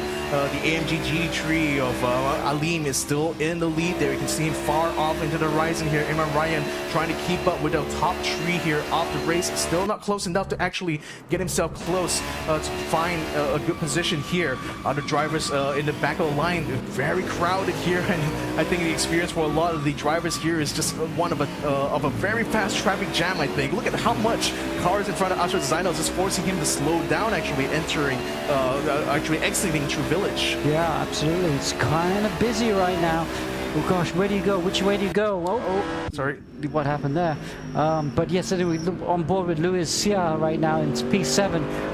This is the big car that was in front of that battle we were just watching. But he sounds like he's in a Merc. I think he is in a Merc. As he comes across the start-finish line to complete lap 1. Yep, lap 1 already coming through here, so we're still 13 minutes into the running here. Muhammad Fawzul Alim still remains in the lead. Ian Wong still just behind them. Raja Amir Shalkat also in the BMW behind Ian Wong is currently getting closer and closer to the Hong Kong driver's car. Imran Ryan still also waiting in the wings as Adib Shami Mokhtar is also falling behind. I think we see someone spinning around there. I think that's Afra Shainal, who actually spun out early on. He was looking quite strong during qualifying. Unfortunately, it's dropped very far back down here. On the screen here, it seems to say that he's in 17th place. That's a massive, massive drop for Ashraf Zainal. Oh, someone has spun. Who's that? I'm not really sure. Gonzalez, and I think Ishan is also involved in that spin there. Another spin coming through here for Brandon Chung. A lot of chaos happening in the back of the grid here, ladies and gentlemen, for the bronze class. In the meantime, speaking of chaos, Justin Raul Dev now finding his way through to try to get onto Anwar's car. Both of them driving the same machine here, the AMG by Mercedes. But Justin Raul Dev not quite fast enough to be able to overtake Anwar in front of him. Yeah, just going to be careful. It tagged him in the exit of that corner. Could easily have spun him round, and they would have got a penalty for that. But yes, just got to keep cool now, and not close enough to dive down into this right-hander here. Not really close enough to dive down on the left-hander either, but he's thinking about it. Nah, not a good move, because that just compromises his exit on the way out of that corner. So Raul Dev not close enough. He'll just have to try and try again in the next lap. Yeah, still has to try harder here. I believe they'll be finishing off the last bit of corners there before we get onto the old pit straight. Justin Raul Dev continuing to keep the pressure on Muhammad Shakir Fatri Anwar, but still no dice for him yet, even though we're entering one of the slower parts of Silverstone. Now opening up into a straight. Can Justin Raul Dev find enough pace here to actually catch up to Anwar? Doesn't seem to be the case though. That gap's just widening. Yeah, just making a few mistakes. It just needs to be calm. We talk about being calm in this sort of racing. You've got to pick your moments. The worst thing is just keep attack, and not really think about where to place your car, and then you end up just costing yourself more time. Speaking of attack, Sabi Ratniake looked like he was tantalizingly close to an attempt on P9. Still going to be held back somewhat by the McLaren in front of him, though, so he had to back out of it, especially entering through Magnus Beckett's. Iman Ryan is closed up to where Raja Amir Shalkat is. Ooh, tried to go for the dive, cancel fit, tries to go around the outside instead, but does not have the speed required to overtake him for P3. But he made Raja Amir blink. Shalkat there, he just blinked, did cover the inside, did not get the exit. Now Ryan's looking towards the outside of this corner. Yeah, it's hard to go on the outside of that one unless you're really fully alongside. But yeah, Ryan's looking some very quick pace here right now, and he it feels like it's just a matter of time before he gets past Shaukat. He might want to try to do that sooner rather than later though, because Azizhami Mokhtar is also about half a second behind him. So the longer he gets stuck in this position here and not being able to pass Raja, the more vulnerable he'll become from a challenge coming from Azizhami's side, especially as he continues to keep battling out like this. Imran Ryan going away too wide there. This is exactly what I was worried for. Azizhami Mokhtar slips onto the inside, will be side by side to get Imran Ryan to try to fight it out for the position just behind Amir Shaukat. Now they will be on the straight, still side by side. It's going to be a breaking battle here coming into this right-hand turn. Azizhami Mokhtar still has it inside. He will be able to get his nose slightly ahead of Imran Ryan. Is that going to be enough? No, Imran tries to stay on the curbs there, tries to take the inside line, and actually regains his place in front of Azizhami Mokhtar. Nice racing there by both these drivers, just giving each other just enough space, not too much, because of course you are racing. But look at that, Mokhtar's coming back. He's going to look down the inside of Cobbs. Ooh, Ryan, he's... Whoa! Oh, I know it's a virtual race, but every time I see two cars go side by side to Cobbs, I just clench a little bit, knowing that the slight mistake could instantly be the end of the race for both of these drivers here. But man, what amazing driving we're seeing here from both Imran Ryan and Azizhami Mokhtar. Yes, clenching commentators, eh? But Mokhtar's getting a good exit now out of this corner onto the hangar straight. Oh, it's a decent exit. We'll get a bit of a slipstream. Not much of a slipstream before the next corner, though. Yeah, not much, but still quite a bit of a straight here before we get to a fast right-hand bender. Azizhami Mokhtar still has to tuck in behind the Ford Mustang. He does have a good gap here to the Ford Mustang, so I would say that Imran Ryan is certainly not out of the woods yet. He still has to keep an eye on his rearview mirror to keep that Mercedes-Benz AMG at bay. But at least he's still ahead. He's still in his position here in fourth, just outside of the podium, but could be a potentially a good haul of points here, especially in a class just as competitive as bronze for GE15. Yeah. But look, Ryan's had a couple good corners. Mokhtar didn't have a really good exit of that tight right-hander, and Ryan's now put a bit of daylight between himself and Mercedes. He can now start focusing on the car in front.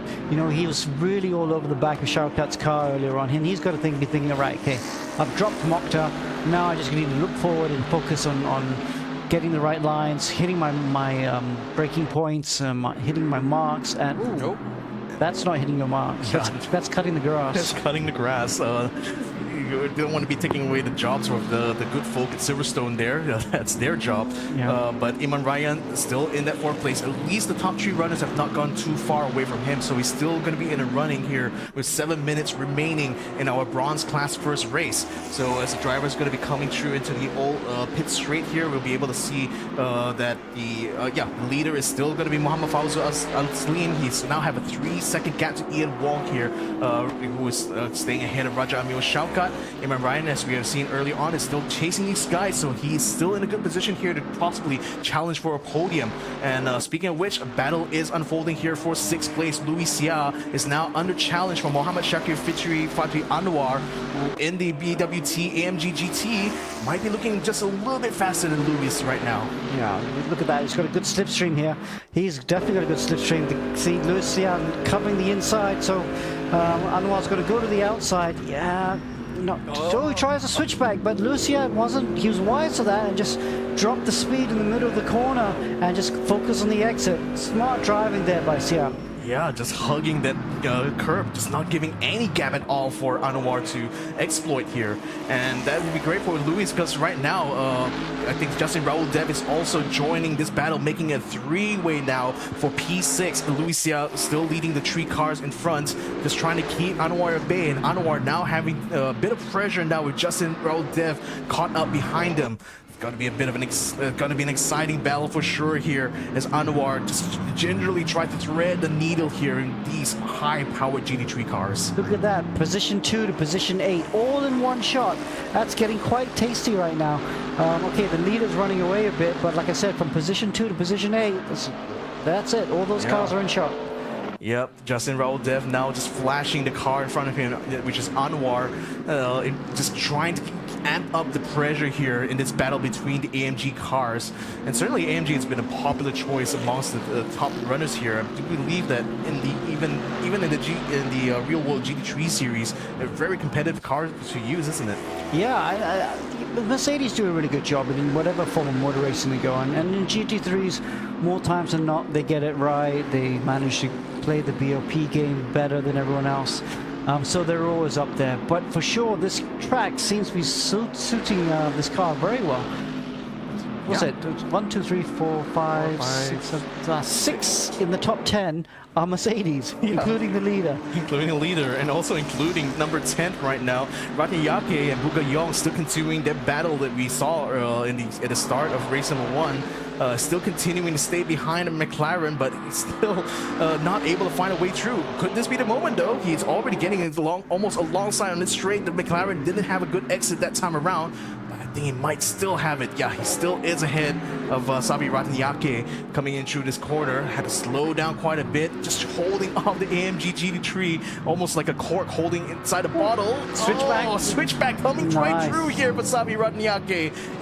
Very impressive move there for the driver in the AMG. Yes, that was a textbook sell the dummy, go down the inside. Perfectly done, perfectly executed. Yeah, and back to our three-way battle for 6th place right now. Anwar has actually fallen behind. It's actually gotten overtaken by Justin Raul Dev already. So Justin is now putting the pressure onto Louis Sia, who's just switching around, gets onto the inside. Justin Raul Dev gets in front, or maybe still alongside Louis as they attempt to try to drag race away through the next corner. But by the time they get to the curve, Justin Raul Dev is up in the 6th place. Really good move. I would have hung him out on the curb longer. But that was the right time to make the move. The gap was there. Sia hesitated, and Dev showed some very good composure to make the move stick. Indeed, he has. Louis Sia still trying to get close enough, but not enough there to close the gap to Justin. Now he's going to be open for attack. It's Anwar now, amps up the pressure. He gets the slipstream, gets quite a lot of speed, but now it's going to be attacking around the outside of Cops. Not close enough actually to challenge Louis too badly though. Louis closing the door right on the exit, but Anwar immediately back on the gas now, going through Marcus Beckett's side by side together with Louis Sia. He's trying to get faster, but he does he have the line? He does stay side by side. They still will battle it out by the time they get towards Chapel. Wow, that's some very respectful racing there. They were side by side, completely all the way through that complex, and Anwar takes them at the position. Really, really good racing. Yeah, but not out of the woods yet. Louis Sia still able to try to find his way around the outside. Will be side by side again with Anwar. Very, very difficult move for him to try to pull off, but if he does, he will have the inside coming through here. So still remaining side by side even after all of that. Now breaking hard here. Anwar, oh, I thought he was going a little bit wide there. Still stays ahead of Louis Sia. Now tries to get a good exit here. Both of these cars coming out exactly just right, but Louis Sia still tucked in behind. Yeah, and it's still going to go on because this next right-hander that we'll be following. But we have to go back to the front because Ryan, I think, is having a great battle. Oh, we lost him on the leaderboard. Have to wait for him to come back. But yeah, it's looking very close at the front now. I think Ryan there able to actually might have just got in front of Rajesh Sharkat. Yeah, we'll attempt to try to see that while we see Ryan Lim now trying to catch Razan Raya, although they are actually in the middle of the pack here. We'll try to get back into our front runners here as soon as we can find them. But 1 minute still remaining here in our bronze class race. The racing has just been absolutely incredible. As we're just seeing battles all throughout the top 10 here. Ryan Shaukat. There he is, Raja Emil Shaukat, still ahead of Iman Ryan right now. P2 now. So it's all changed around. Ian Wong is Ian Wong has dropped down to P4. Shaukat got through, and Ryan followed him through as well. So, wow, we missed a really good battle there, unfortunately. But sorry, guys. All I can do is say that it's really good, and it's not over yet. Because look at that, Shami Mokhtar there is all over the back room as well. Yeah. it's going to be a last lap battle, I think, between these top four drivers in the top 5, because as far as Aleem is concerned, he has this race in the bag, 6 seconds in the lead compared to Raja Amiro Shaukat, so he's certainly in the very safe zone right now to bring this home for race number 1. Ian Wong lost his position to Iman Ryan as well as Raja Amiro Shaukat. Now he may be in danger of being caught up here by Azib Shami Mokhtar as he closes the gap now to Ian Wong. The BMW was looking very strong early in the race, now is under challenge here from the EMGs. Okay, so we are on the last lap. Aleem there really far in front, 6 seconds in front, and then looking really good. I'm convinced the start line for this mod is on the Formula 1 straight. So if copper, gold or silver guys are watching later on or listening to the broadcast, you might want to pay attention to that for qualifying.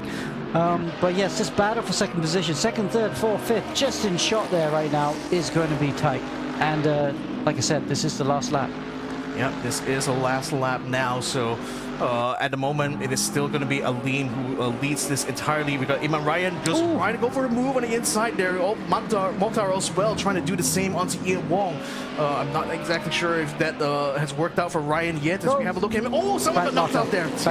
Back marker just got knocked out of the way, but that does not disrupt our battle here. 2 battles forming in the top 5 here. Raja Amiro Shaukat versus Iman Ryan battling for a P2 position, but they just come across the line. I mean, Aleem has come across the line to take the win. Trying to Shaukat holds off Iman Ryan just in time to stay in P2. Then we got Ian Wong in P4. Mokhtar makes it into P5. Justin Raouldev takes P6 here in race number 1. Luisia following behind him together with Farti Anwar. And then Tabi Ratniyake takes 9th place. And Raza Putra makes it into the top 10. Okay, well that's going to be exciting because now we got a reverse grid race coming up, but we don't know if hopefully we'll go for reverse grid. Yeah, because it has been a little bit buggy today, but hopefully we'll get a reverse race after this, and we'll have Razan Putra there who'll start from pole position. Yeah, so good racing there. I really enjoyed that, Victor. Some really good, clear racing. A lot of these drivers we've been watching, and I have to say, the good 6 or 7 have made a big improvement since the last Global Edition.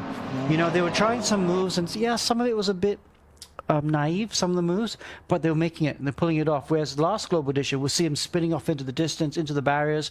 You know, Rahul Dev had a couple good moves there as well. Shaukat there had a great battle with Ryan. Ryan is much more experienced and managed to hold him off. So some really good improvements all the way up and down this field. And especially the fact that, like, leading up to the final lap, we had 2 battles happening inside the top 5. Yeah.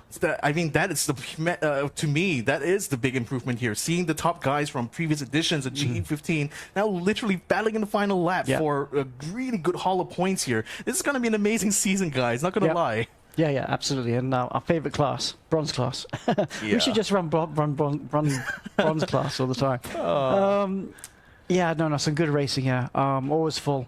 Yeah, but so now the reverse grid race is going to happen. Hopefully we will get a reverse grid race. We had a small little hiccup with the copper class earlier on. Yeah, I think some of the drivers had been kicked out of the server. They're trying to get them to reconnect in now. Yeah, so apologies for that. We should be able to get ourselves started into race number 2 after this. It's meant to be a top 10 reverse. Unfortunately, due to some technical difficulties, seems like that did not quite happen for copper class. Hopefully that does work for our bronze class here, because we do need that reverse grid for the sake of the championship here. But nevertheless, the race will still continue, guys. We will still run you guys through all the way until we get to gold and silver here for today. So yeah, I mean, so far, I mean, having run now for 15 seasons here in Global Edition, you've mentioned like how much the progress has been from the driver's side. You feel that's been kind of like they feel it's been worth the amount of effort they've made to try to build up this whole series. Well, I mean, if any of you guys watch the local sim scene, we've had some great drivers come from Global Edition. I remember when you had the old boys come in and race, like Alif Hamilton, Rama, Andika Malana, you know, all the Indonesians, the fast Indonesian drivers. So they were the, you know, you could say that most of the fast drivers back when we started this came from Indonesia, you would say. But now there's much more of a nicer balance. A lot of good Filipino drivers, a lot of good Malaysian drivers, Singaporean drivers.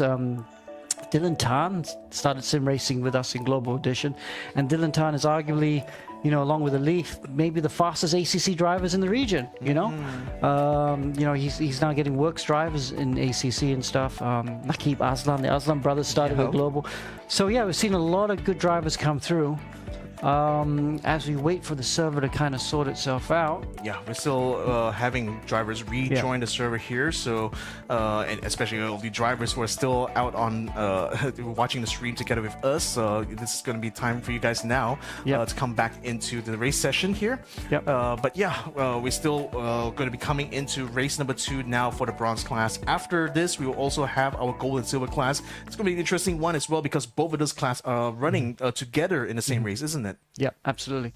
We'll go for a short break, guys. We'll come back from the break as soon as the grid is ready, and then we'll see what happens. Exactly. We'll be right back after these messages.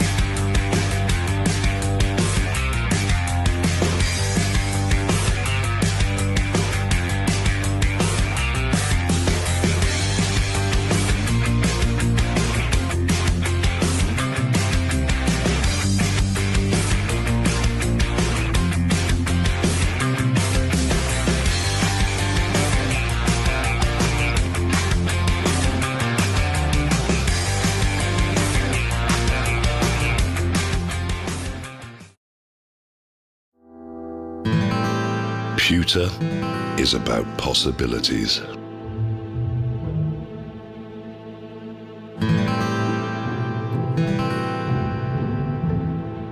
It is an idea made real.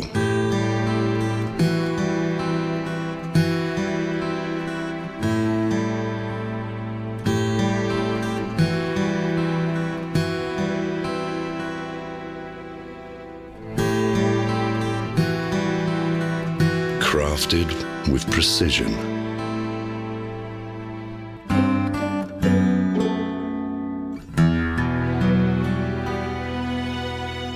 It can make tradition timeless. Pewter evolves.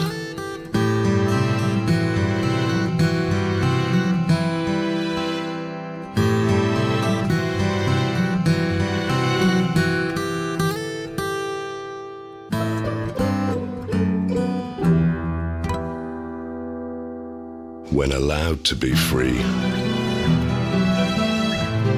it can captivate you.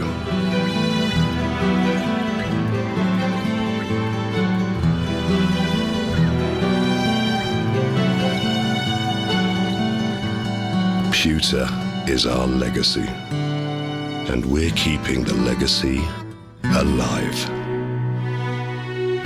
Royal Selangor, since 1885.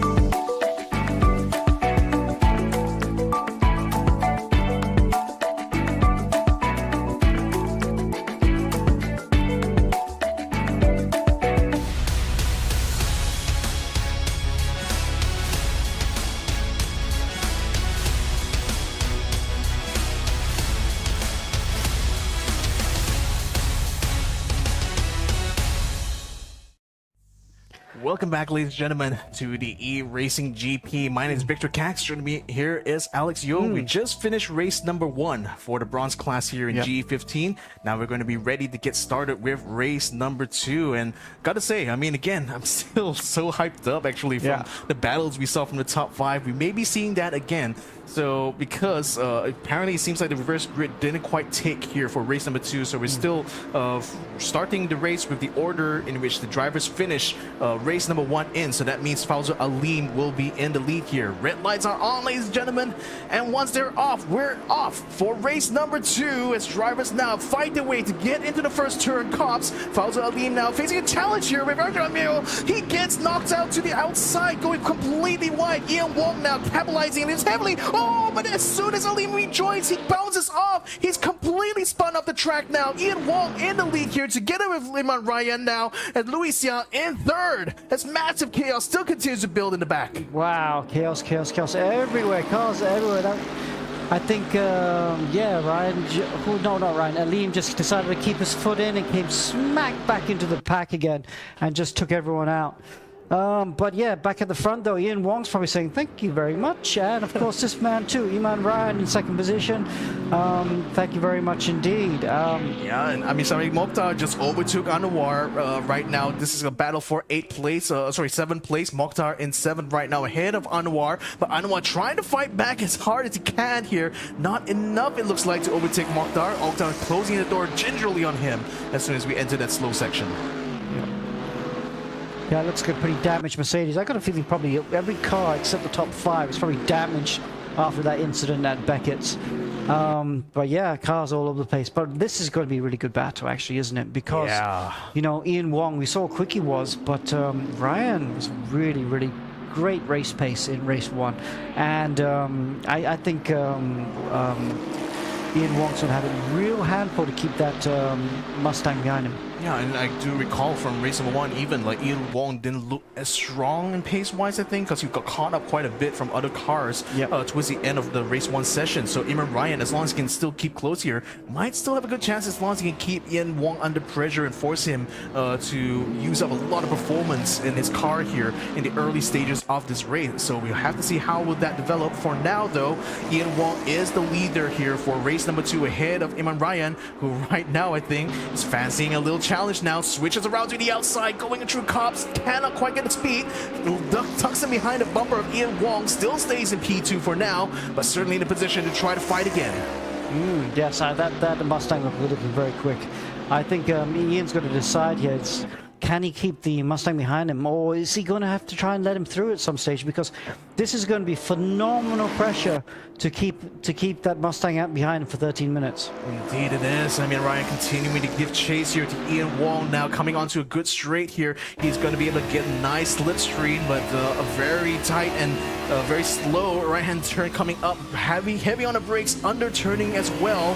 But Ian Ryan still stays in control of his car, just going over the curbs a little bit, still staying behind Ian Wong, still trying to find a way through. He goes for the dive on the inside. He's going to try to get in and go. It spins around Ian Wong. Both of them slow down, allowing the Luis Xia to actually get through. Luis Xia is now in the lead of the race. Jeremy Liu is also through. Ian Wong Ian Wong spins it around as he tries to get himself back in the race. Ian Ryan continues on going wide through. He is going to be able to recover back up to 3rd place. Rifki Afiat. Oh, actually, looks like Ian Ryan slows down and stops by the side of the track, and then inherits 2nd place now to Rifki Afiat. Wow, so I don't know why Ryan stopped. I know why Ryan stopped the first time, because he wanted to let Wong carry on forward in front of him.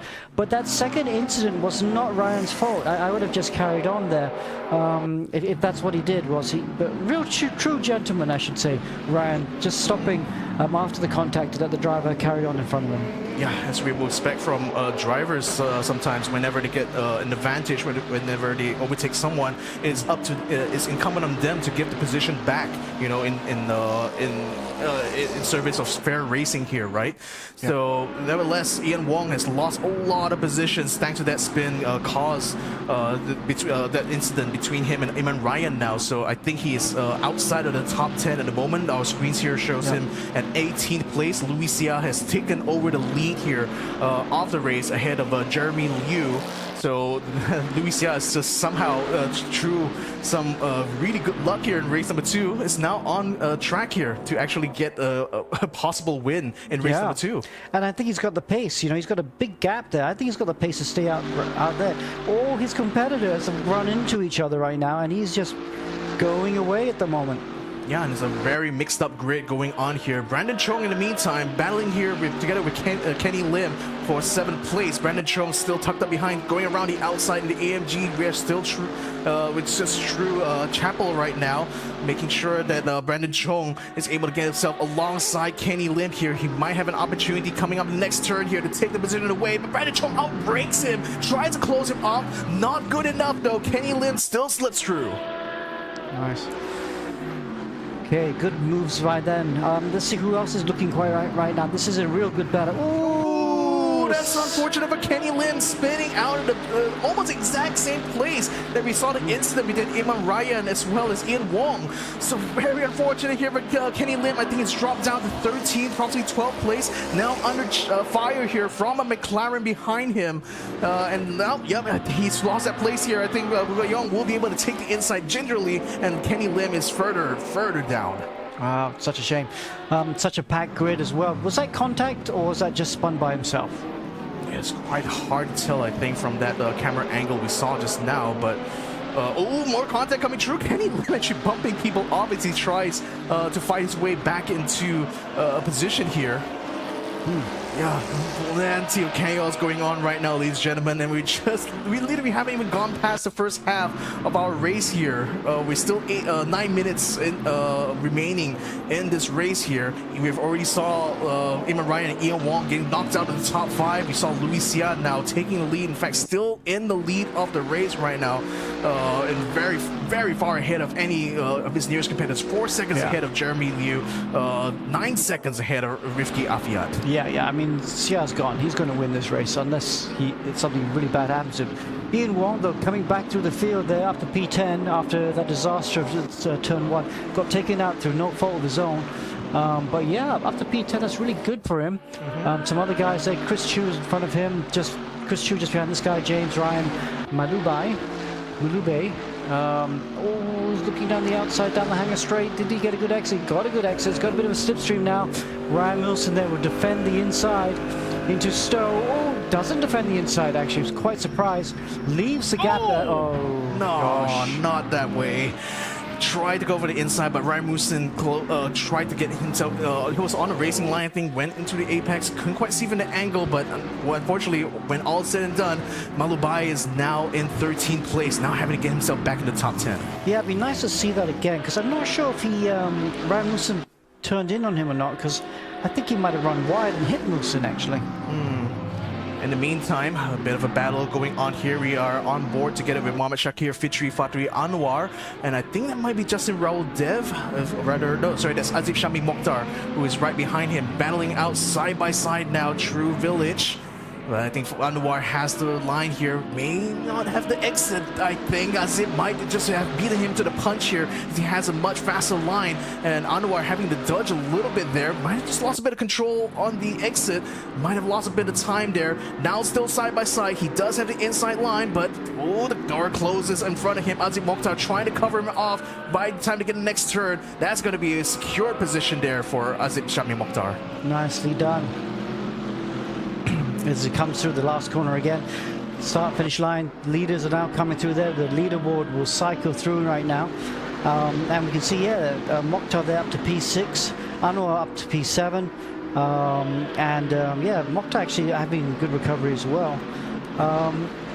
Further back then, let's see who else is looking good there. I think wow, look at that at the bottom, the top 10 there.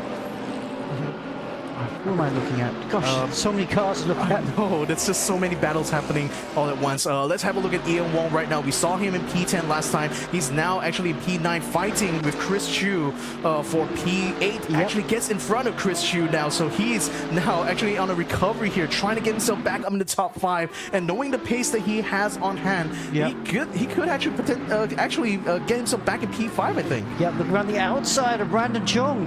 Nicely done. Ian Wong. Yeah. Perfectly done. Really, really good. Covers the inside a little bit. Not totally, but just to let Chung know, don't come back at me. I'm not giving you the space. Yeah. Nicely. Just left a bit of space. I'm so impressed with Ian. Ian has improved so much over this last year. He's really one of the drivers to look out for in the future. I mean, actually, out of all the drivers we've been watching lately, I think he's probably been the most improved. Indeed. I mean, again, he still had a lot of natural pace. We saw what he was able to do in qualifying early on. So if he is able to keep that up, perhaps he may be able to recover some good points yet in race number 2. Ian Wong right now, I believe, is still behind Ryan Musin by about 2 seconds. So he has a bit of clear track right now, a bit of time here to collect his thoughts before he moves up into the next tier of competitors here. But safe to say, I mean, looking at how quickly he's already left the people who passed in the dust now, he still has a lot of pace on hand. Yeah, absolutely. I mean, he's going to get some good points as well. I think he finished 4th in race 1. He's going to, I think he'll be in the top 5 by the end of this race, and which would be a nice recovery, especially after that first lap. Still 2 cars that are closing in on each other right now in the top 5, I believe. It's Ryan Musin as well as Muhammad Anwar. Half a second separates these two BWT AMG GT3s. You can see a bit of damage on the side of the door on Ryan Musin, so that could play a factor here in whether or not Ryan will actually be able to catch up to Anwar. Yeah. 4 minutes still remaining in this race. Louis Xia is still the race leader here. We have a bit of a challenge going on just outside of the top 10 here. Brandon Chung is ahead of Bu Gayong at the moment. It's a 3-way battle, or rather almost a 4-way battle right now going into P10, and you can see Bu Gayong attempting to try to dart onto the inside of Brandon Chung. Might just be able to wrestle his way through. He does get himself ahead of Brandon Chung. Nicely done. Nicely done indeed. It's nice to see McLaren out there. Green McLaren. Ooh, Jota McLaren. Yeah, McLaren's and Ferrari's not quick today. Look at that again. What we got? Something like 6 of the top 10 are Mercedes. So the Mercedes, I think Mercedes been the quickest car out there. BMW is possibly second. And then you see the others like the Ferraris and McLarens right at the back. A couple Mustangs not doing so bad, but had the pace, shall we say, but unfortunately not in the race anymore. In fact, like, I don't even recall seeing many Porsches, in fact, even in the top 10, so you can clearly see a hierarchy in terms of what cars are actually faster here in Silverstone itself. So still just outside the top 10 here is Johan Gavin Bouillon, still trying to get past James Ryan Malubai this time around. We still have to, I still have to yet see where Louis Xia is on track right now. I believe he's just gone past the start line here, so he's still in the lead of the race by quite a country mile ahead of Jeremy Liu. Who else?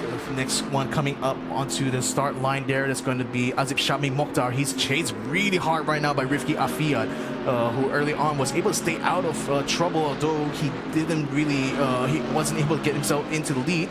But now he might have a chance, have a crack at the podium here against, if he can just get past Azib Shami Mokhtar. Yep. Nice, this looking battle. I think, yeah. Oh, didn't get quite the exit he wants, and the Mercedes is pulling away as they come down the hangar straight, and he's got to watch out because he's got to try and stay in the slipstream, because if he's not careful, there's another, there's always going to be another fast Mercedes in this field coming up behind him. The Ferrari now runs wide.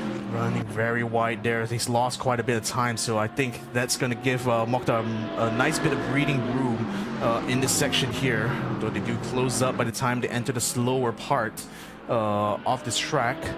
Right now, Rifki Afiyat still vying for an opportunity to get himself in the top 3. Now we'll be able to get a bit of a slipstream, so hopefully be able to close that gap a lot more now between himself and Mokhtar. Now entering a very fast section here, but by the time they get into Village, that's going to slow them down a heck of a lot. Let's see where, let's see where Ian Wong is right now. Can't quite get him on the time on the table here, so nevertheless, we'll keep you guys updated on his progress. Justin Raul Dev currently in a fight with Kenny Lin here, almost looking side by side there just now. Around the outside, be on the inside for the next left-hander. If you just keep it there. Yes, he can. Oh, it's going to be tight, but they both squeezed around. It's now about putting the pedal to the metal. who's got the faster straight line speed. And look, there's a very quick work coming up on both of them. Nicely done. Let's see, can he hold the position? Yeah, nicely done. Nicely done indeed. Raul Dev now ahead here. We will see once they get past the control line exactly which position he comes out in. It's still hectic as heck out here in the bronze class. We had plenty of thrills and spills early on. 22 seconds still remain in this race. At the moment, I don't know if that's actually the correct one here. Where exactly is Louis Xia at the moment? It's actually, I don't think he's on the track right now. Louis Xia actually left the session right now because I do see Jiaxing Liu in the lead of the race right now according to the timing tower, and that's already way past the control line here. Whoa. Okay, let's click on the guy on 27. Just click the... Yeah, okay. Yeah, so yeah, I think you're right. Xia's disappeared. Xia's disappeared. Xia is inside the pits right now. He's just only come out. I suspect he might have a disconnection or something, some kind of issue on his end, and that's completely ruined his chances of getting a win here in race number 2. Victor, you must have given him the commentator's curse of death by saying he was going to win, or that might have been me. So sorry, Lewis. You were driving beautifully. That win was all yours. That's so painful. Yeah, it's so painful, but well, one man's misery might just be another man's glory here, because Aziz Shami Mokhtar has inherited the lead, still in a very good position here to finish off this final lap. So he still is ahead of everyone else now coming into the final sector. Liu is still leading, I think. Oh, sorry, Liu. Yeah, that's right. Yeah, sorry. Liu is the one leading here. He's currently behind the back marker here, coming through Woodcock now, so that's going to be the start line immediately after this final turn. So, wow, just a series of unfortunate events, plenty of chaos from the start, and still chaos towards the end here. Jiaxing Liu, though, is the one to still shine in spite of all of that chaos. He comes in first place to take the checkered flag for race number 2 of the bronze class. Who's going to be coming up behind him is going to be Azib Shami Mokhtar will take second place. Muhammad Shakir Fitri Fadri Anwar takes third, and Rifki Afia finishes a respectable 4th place. Ian Wong makes it onto the top 5 in spite of the incident he had with Emma Ryan in the early part of this race. Ryan Musing gets knocked around here, but he still finishes in a good 6th position. Judel Nino Gonzalez takes 7th place. Yan Gavin Bouillon from 11th place actually finishes the race here in 8th place. James Ryan Malubai is coming in 9th, and Brandon Chung rounds up the top 10. Nice. Okay, well done. Let's see if we can catch anyone in the Zoom. It'd be nice to see if they have anyone to chat to us. Yeah, let's talk to him. Who do we have right now?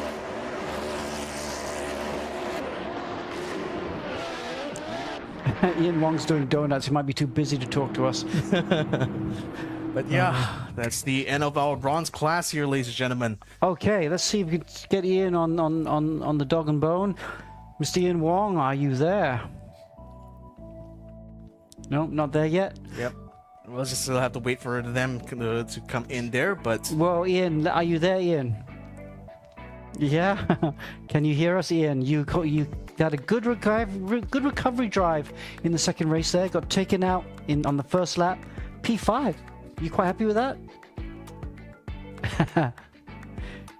I don't think he can hear us, but he looks happy. Yeah. Can you hear us? Yeah, but we can't hear you. Never mind. Congratulations. Well done. Yeah. Okay, guys. Great, we're going to come back. Yeah, we're going to be coming back here, ladies and gentlemen. We've just finished off with our bronze class here for GE15, so that means there's only one more race to go. Gold and silver class going to be coming up next year with the Le Mans hybrid cars. So stick around, ladies and gentlemen. My name is Victor Cax. Joining me here is Alex Young. We'll be right back after these messages.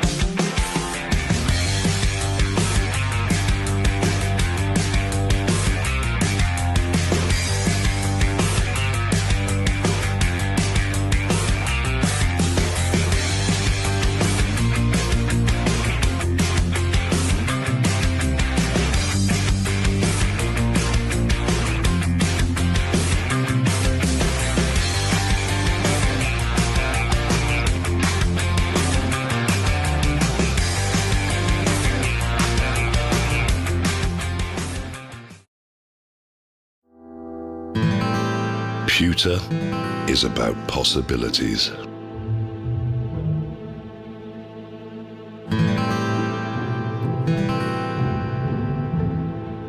It is an idea made real.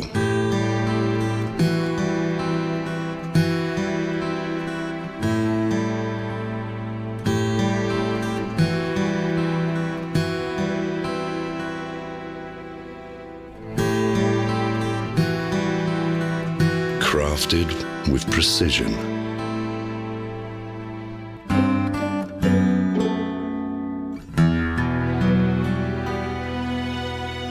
It can make tradition timeless. Pewter evolves.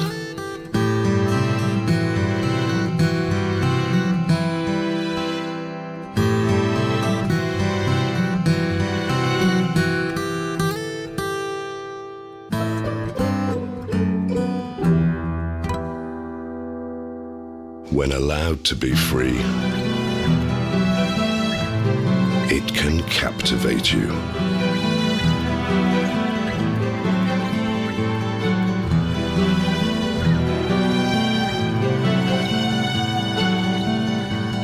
Pewter is our legacy, and we're keeping the legacy alive. Royal Selangor, since 1885.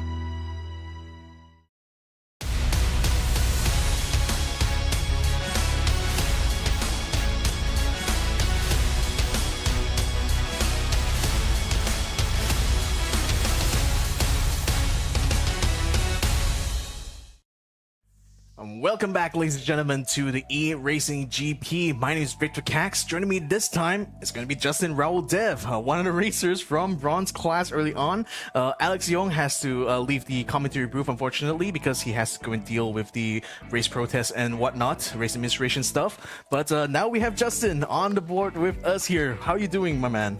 Feels good to be back commentating after what the last time commentator was MAM. But yeah, feels good to be in this broadcast room right after a race. So, you know, after God knows how long, I think 6 months, or not to say 6, probably 3 months of like not doing any proper racing. We're back with Global Edition 15, and I just competed in the bronze class. Yeah, so talk us through, how did that race turn out for you there? Well, race 1 was pretty interesting, I would say. I didn't do too well in qualifying because there was a lot of traffic. I think this is just going to point out, I think this is one of the biggest fields we've had in terms of like Global Edition.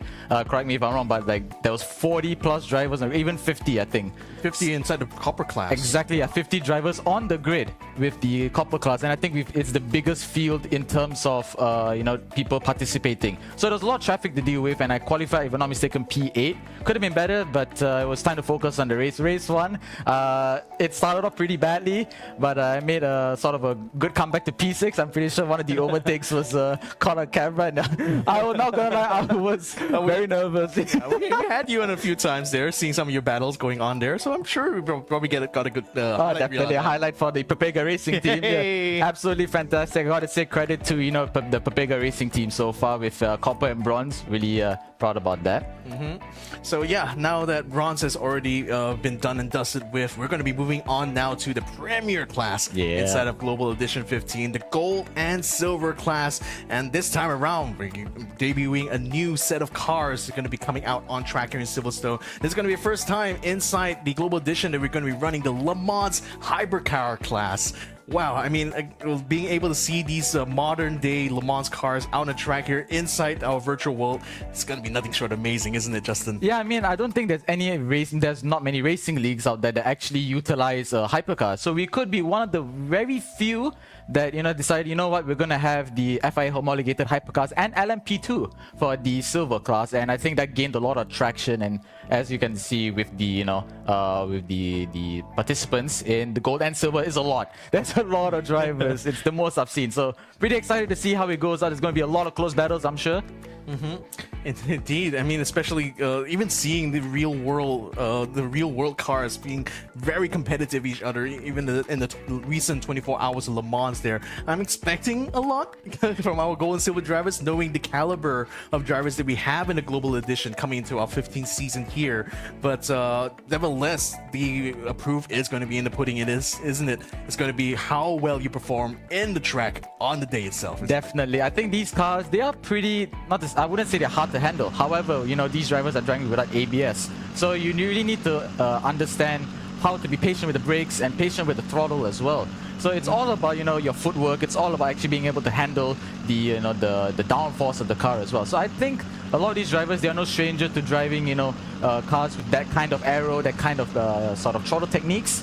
But once again, we have a lot more drivers, so there's going to be a lot more close battles. And I think the cars are actually pretty equal in terms of performance. Indeed, because all of these Le Mans Hypercar class cars that we're using for GE15 here, they all come from the same pack, from the same developer here. They're known as the Rats. The Racing Rats. The Racing Rats, sorry. Yeah. The Racing Rats, they've actually created a pack of all these LMH and LMDH cars. So they're all also having a kind of balance of power applied to them. Perhaps not as similar as compared to BCRC, because each of these individual cars have been individually designed and kind of like configured in order to race against each other here. But again, knowing the caliber of drivers we have here, I'm still expecting a lot of racing, a good close racing to be happening for us here today.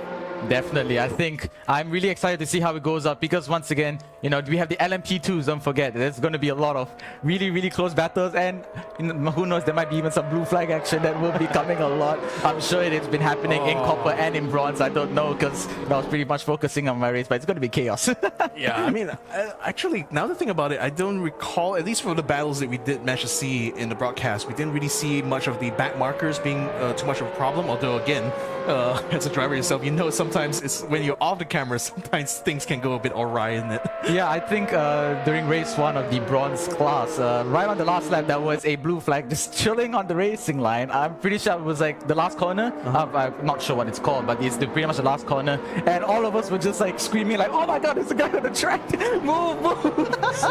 We were just, it frightened me. But it didn't really ruin our races that much. It was just a lot of exclamations, and everybody finished safely.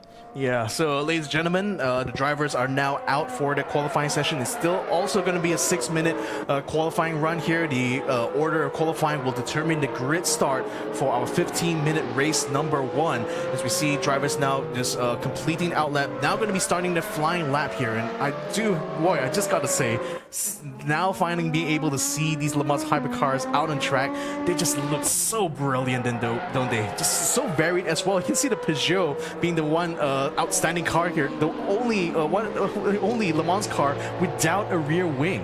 I think my friends and I, like right before our races, we were talking about just how great an addition of the hypercars to GE, the global edition was, and I was saying that I think the Peugeot of 2023 has to be the best looking car. I kind of wish they had a little bit more development, but they decided to put a wing on it. Yeah, nevertheless, yeah, like you said, really cool to see such a variety of different prototypes, because I'm pretty sure previous seasons we were running a lot of GT1s and stuff like that. Yeah, as a child of the 1990s, I was born a little bit too late to appreciate the golden age of endurance racing, which was Group C. But I think I'm just arrived just in time to enjoy this new era of Le Mans hypercars here, and I'm just all for it here, ladies and gentlemen. We're going to be seeing times coming through soon as drivers going to be finishing off the flying laps here. So, we're already seeing some good times coming in here. Russell Reyes having the provisional pole right now with a time of 1:52.3.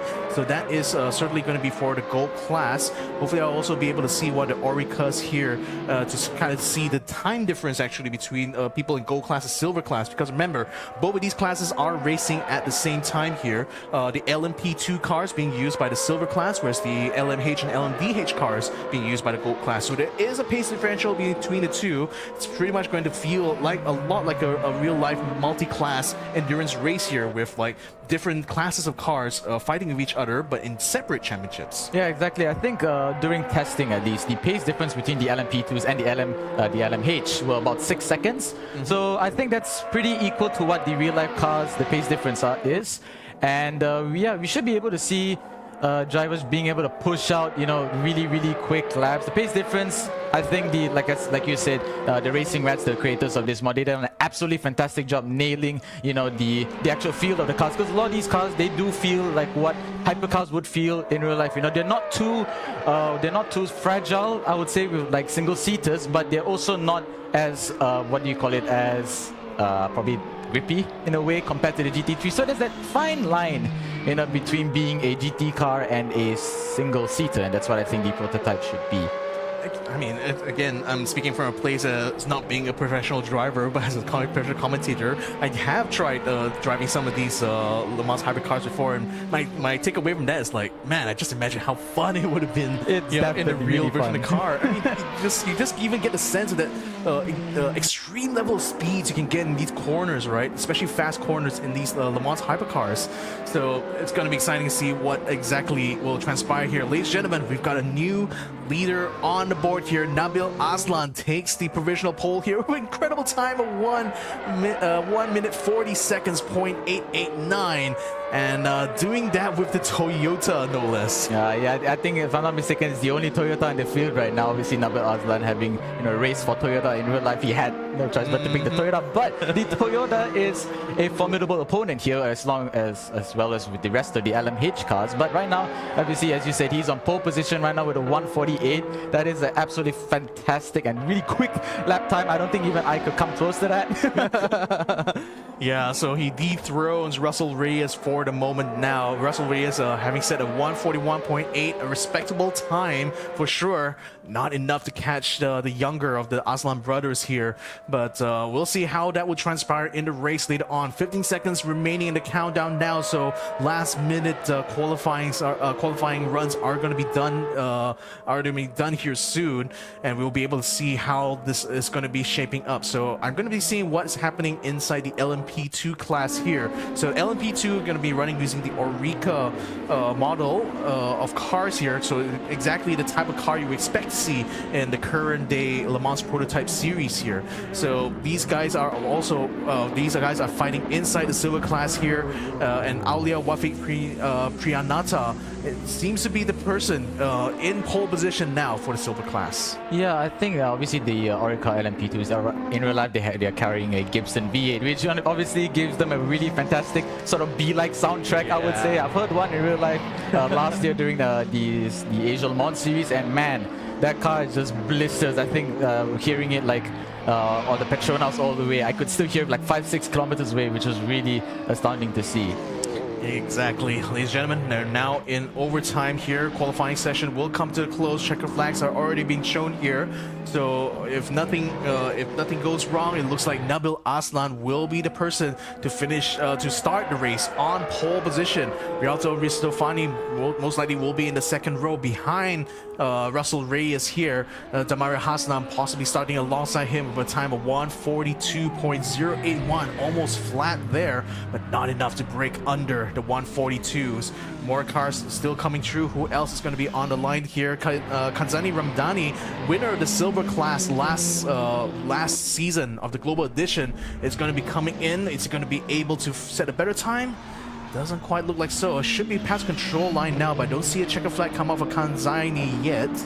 We'll have to see how that will turn out, but at the moment, as it stands right now, he is in 9th place. Very respectable times from these drivers. There's not a lot of pace gap, I would say. Let's just forget Nabil Aslan being almost like 5 times quicker, but the gap to the rest of the drivers is actually pretty close. I didn't think there would be that big a gap, but once again, the mods are really, really equal in terms of pace.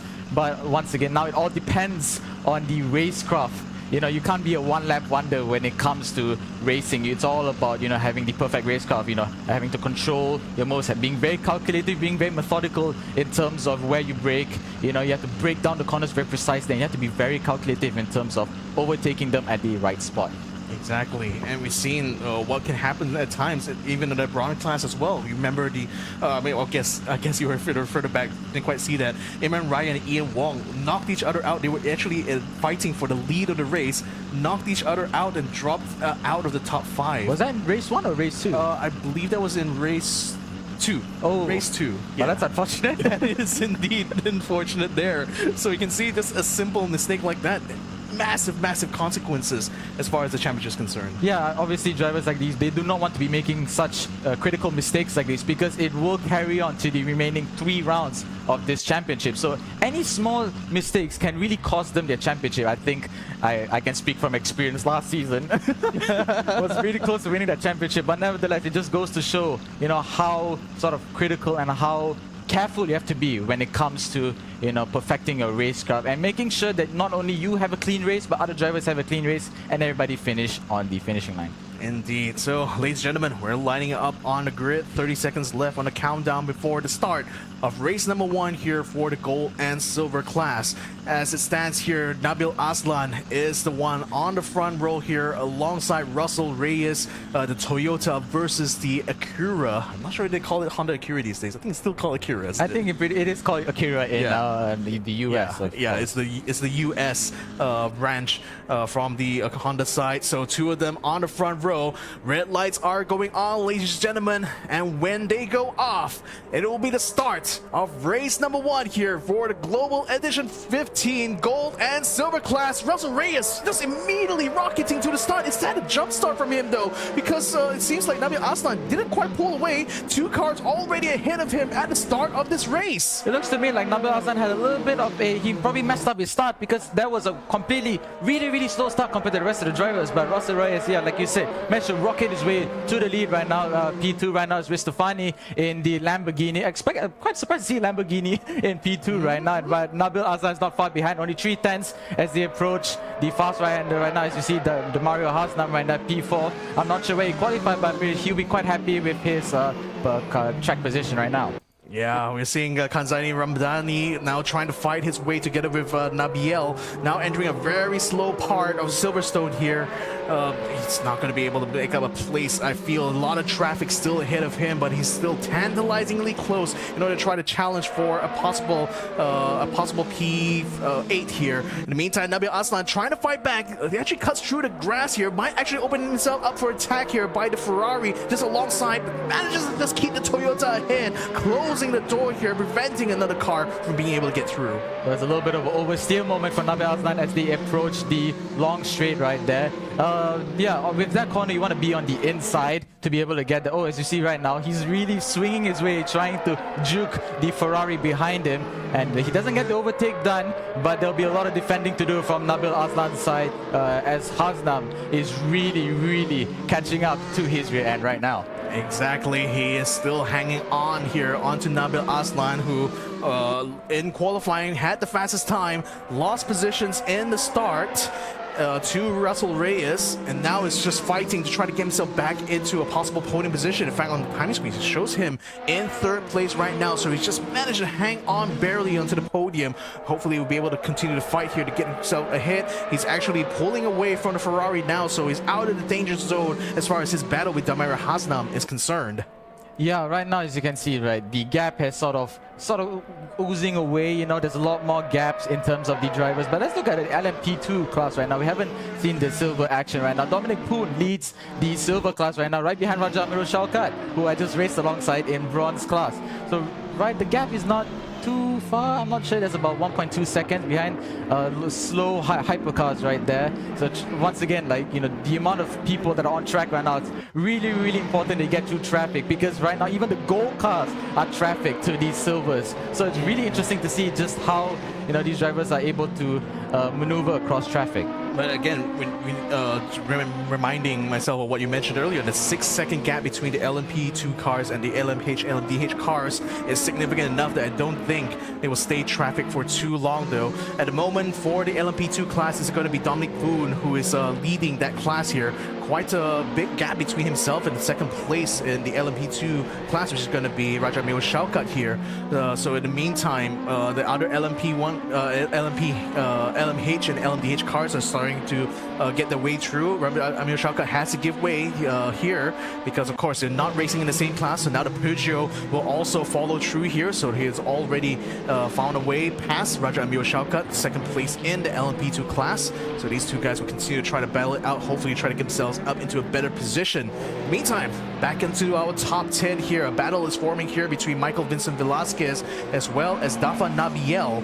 Two of them actually keeping very close throughout this race here. We still have Ramdani, the silver class champion for last season, still stuck in 8th place and definitely a threat on the track here for sure. Yeah, like you said, he won the championship last season. It's pretty interesting to watch, that season play out. And I am really honored to be able to commentate on that last season alongside you as well. And as you can see right now, he just went a little bit off right there. Oh, Nabil Hasnan's back in. Was he P3 before? He was P3 before. Hasnam has actually dropped down to 3rd place, so might have just made a mistake now, and it's actually being caught up here by Irfan Nur Hadiat.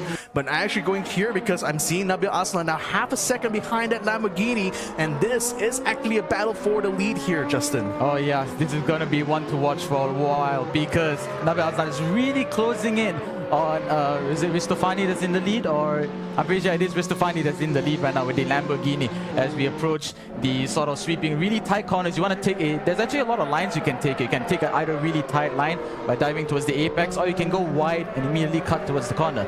But it's this corner that's really critical because you want to take a sort of oval shape to be able to get the best launches. With the GT3 cars, you actually had a lot of oversteer when it comes to these corners, especially if you take the Mercedes or BMW being sort of understeery cars. You have to really induce oversteer into these corners, as we see the hypercars right now going, both of them going a little bit off there into Cops, and right now they approach Maggots through Beckett's. It's a really fast, flowy chicane, I would say. Would you call it a chicane? I'm not too sure.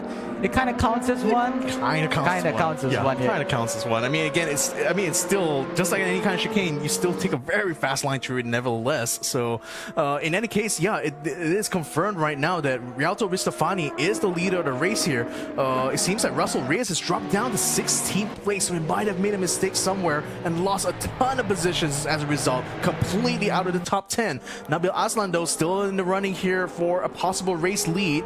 Already dispatched one of the back markers, I believe, so they shouldn't be facing much resistance from here on out. Nabil Aslan now continuing to try to keep close with the Lamborghini. Didn't quite get a slipstream that time around, but again, just laser focus on trying to keep his racing line through this section. He's really cutting it close with Ristofani, but Ristofani is doing an absolutely fantastic job keeping it on the track, just following his racing lines, not doing too many erratic maneuvers, but nevertheless, as we've seen, that's really close there. I thought a move could have been made there, but it still felt a little bit off. But yeah, Ristofani he's doing a really good job, just not trying to panic or gain anxiety throughout these corners, because these drivers, they've been racing for quite a while, and having succumbed to pressure is something that is not ideal for them. So they just need to stay calm, just watch what's in front of them, and not focus on the driver in front of them, but rather the track in front of them. Yeah, so Nabil Aslan and Ristofani continuing to fight it out for the lead here. Rialto continuing to keep that Lamborghini ahead of the Toyota, but Toyota going wide again at Cops. Second time in a row here, it looks like. 8 minutes still remaining in the race here. Justin, what's your take on that? Yeah, I don't know. The Toyota seems a little bit, I would say, insufficient in terms of downforce, because Nabil Aslan really made quite a lot of errors there. I'm not sure it's probably how he took that racing line, because with the hypercars, if I'm not mistaken, it's a quick tap on the brakes and then you just coast along. So there might be a little bit of issues in terms of the car's downforce. But you can see right now with Dion. But right now the grid, not a lot of gaps, as you can see. Yeah. It's still pretty close. The back markers are not really being an issue right now. Thank goodness for that. Yeah, well, Nabil has already closed up massively onto the Lamborghini. Now he's getting perfect slipstream here. Can he find a way on the inside here, going towards Cops this time around? No, sorry, that's not Cops. That's still a very fast corner though. Nabil Aslan actually lost out a bit of gap there to Rialto Ristofani. Yeah, he just had to lift that, because if he were to take the normal conventional braking point, he would definitely have caused an incident there. So he just had to have a quick lift to be able to make it through the corner, make sure that he doesn't bump into Rialto Ristofani.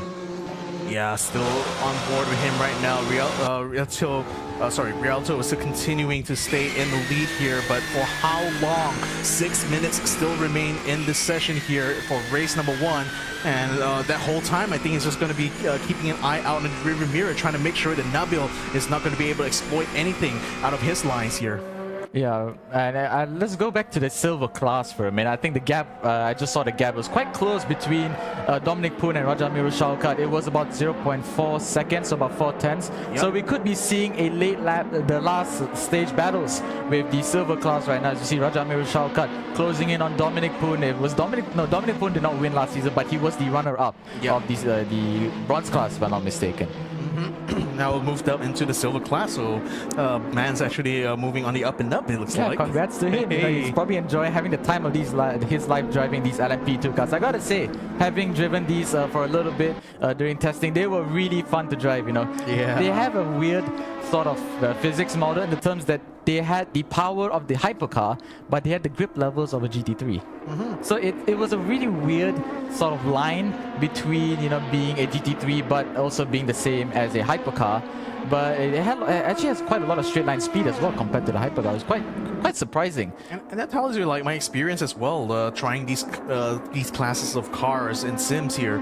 Like it does have that ability to accelerate fast, just like an F1 car, and it gets up to close to that top speed too, especially on like Circuit de la Sarthe, where you have an extremely long straight there. You can certainly get yourselves up to F1 speed very quickly, but it's in the corners where I feel that it's just so much more fun. Like driving an F1 car, it tends to feel very surgical, very like by the numbers at times, because as long as you're doing things right, you know, you don't really expect anything to go wrong necessarily. Your grip's just going to be consistent. But I think with the hypercars and with the LMP2 cars, sometimes it just gives you that little bit of nagging doubt sometimes when you just turn in hard and you're just hoping that you still have enough grip actually to make it through. You can hear the car just screaming, "Oh, don't do that, please! I do not like what's going on here." The cars are just sliding on, but they're really fun to, you know, drive. As we switch back right now to the sort of top battle, the battle for the lead right now, Rialto Ristofani versus Nabil Arslan. I think when we were talking about the sort of the physics models of the LMP2, I saw the gap being really close, almost reaching 0.2 seconds. And right now we switched to Kanzani Ramdani. I apologize if I've botched his name, but yes, the champion for the silver class of the GE14. Yeah, he's trying to, I think he's already made up a place there, maybe. Or perhaps someone in front of him has already dropped out there, because I still see the same cars in front and behind him here. Dafa Nabil in front of him here. In this case, was looking quite close. Still a bit of traffic here, and it's certainly looking like another battle we have to watch out for in this top 10. At least the battle for P6 at this stage. So while Nabil continues to try to chase the leader here, we're seeing Ramdani actually dropping back a little bit. That might open him up for a bit of attack coming from Caillou and the Peugeot just behind him. So let's see whether or not he'll be able to stay in his position of P7, or are things going to start to turn around for him. Going back on Nabil Arslan right now, still looking close, but no cigar yet. Rialto Ristofani still in the lead of the race. Yeah, I think Nabil Arslan just needs to, you know, sort of lock in and make sure he doesn't pull off any late dive bombs and stuff like that, because that will, if done wrong, that will absolutely ruin both of their races, and, you know, the drivers behind can pretty much snatch up the P1 or P2 positions easily. Yeah, so this time around, still wide. I think I'm not sure what's happening with the Toyota.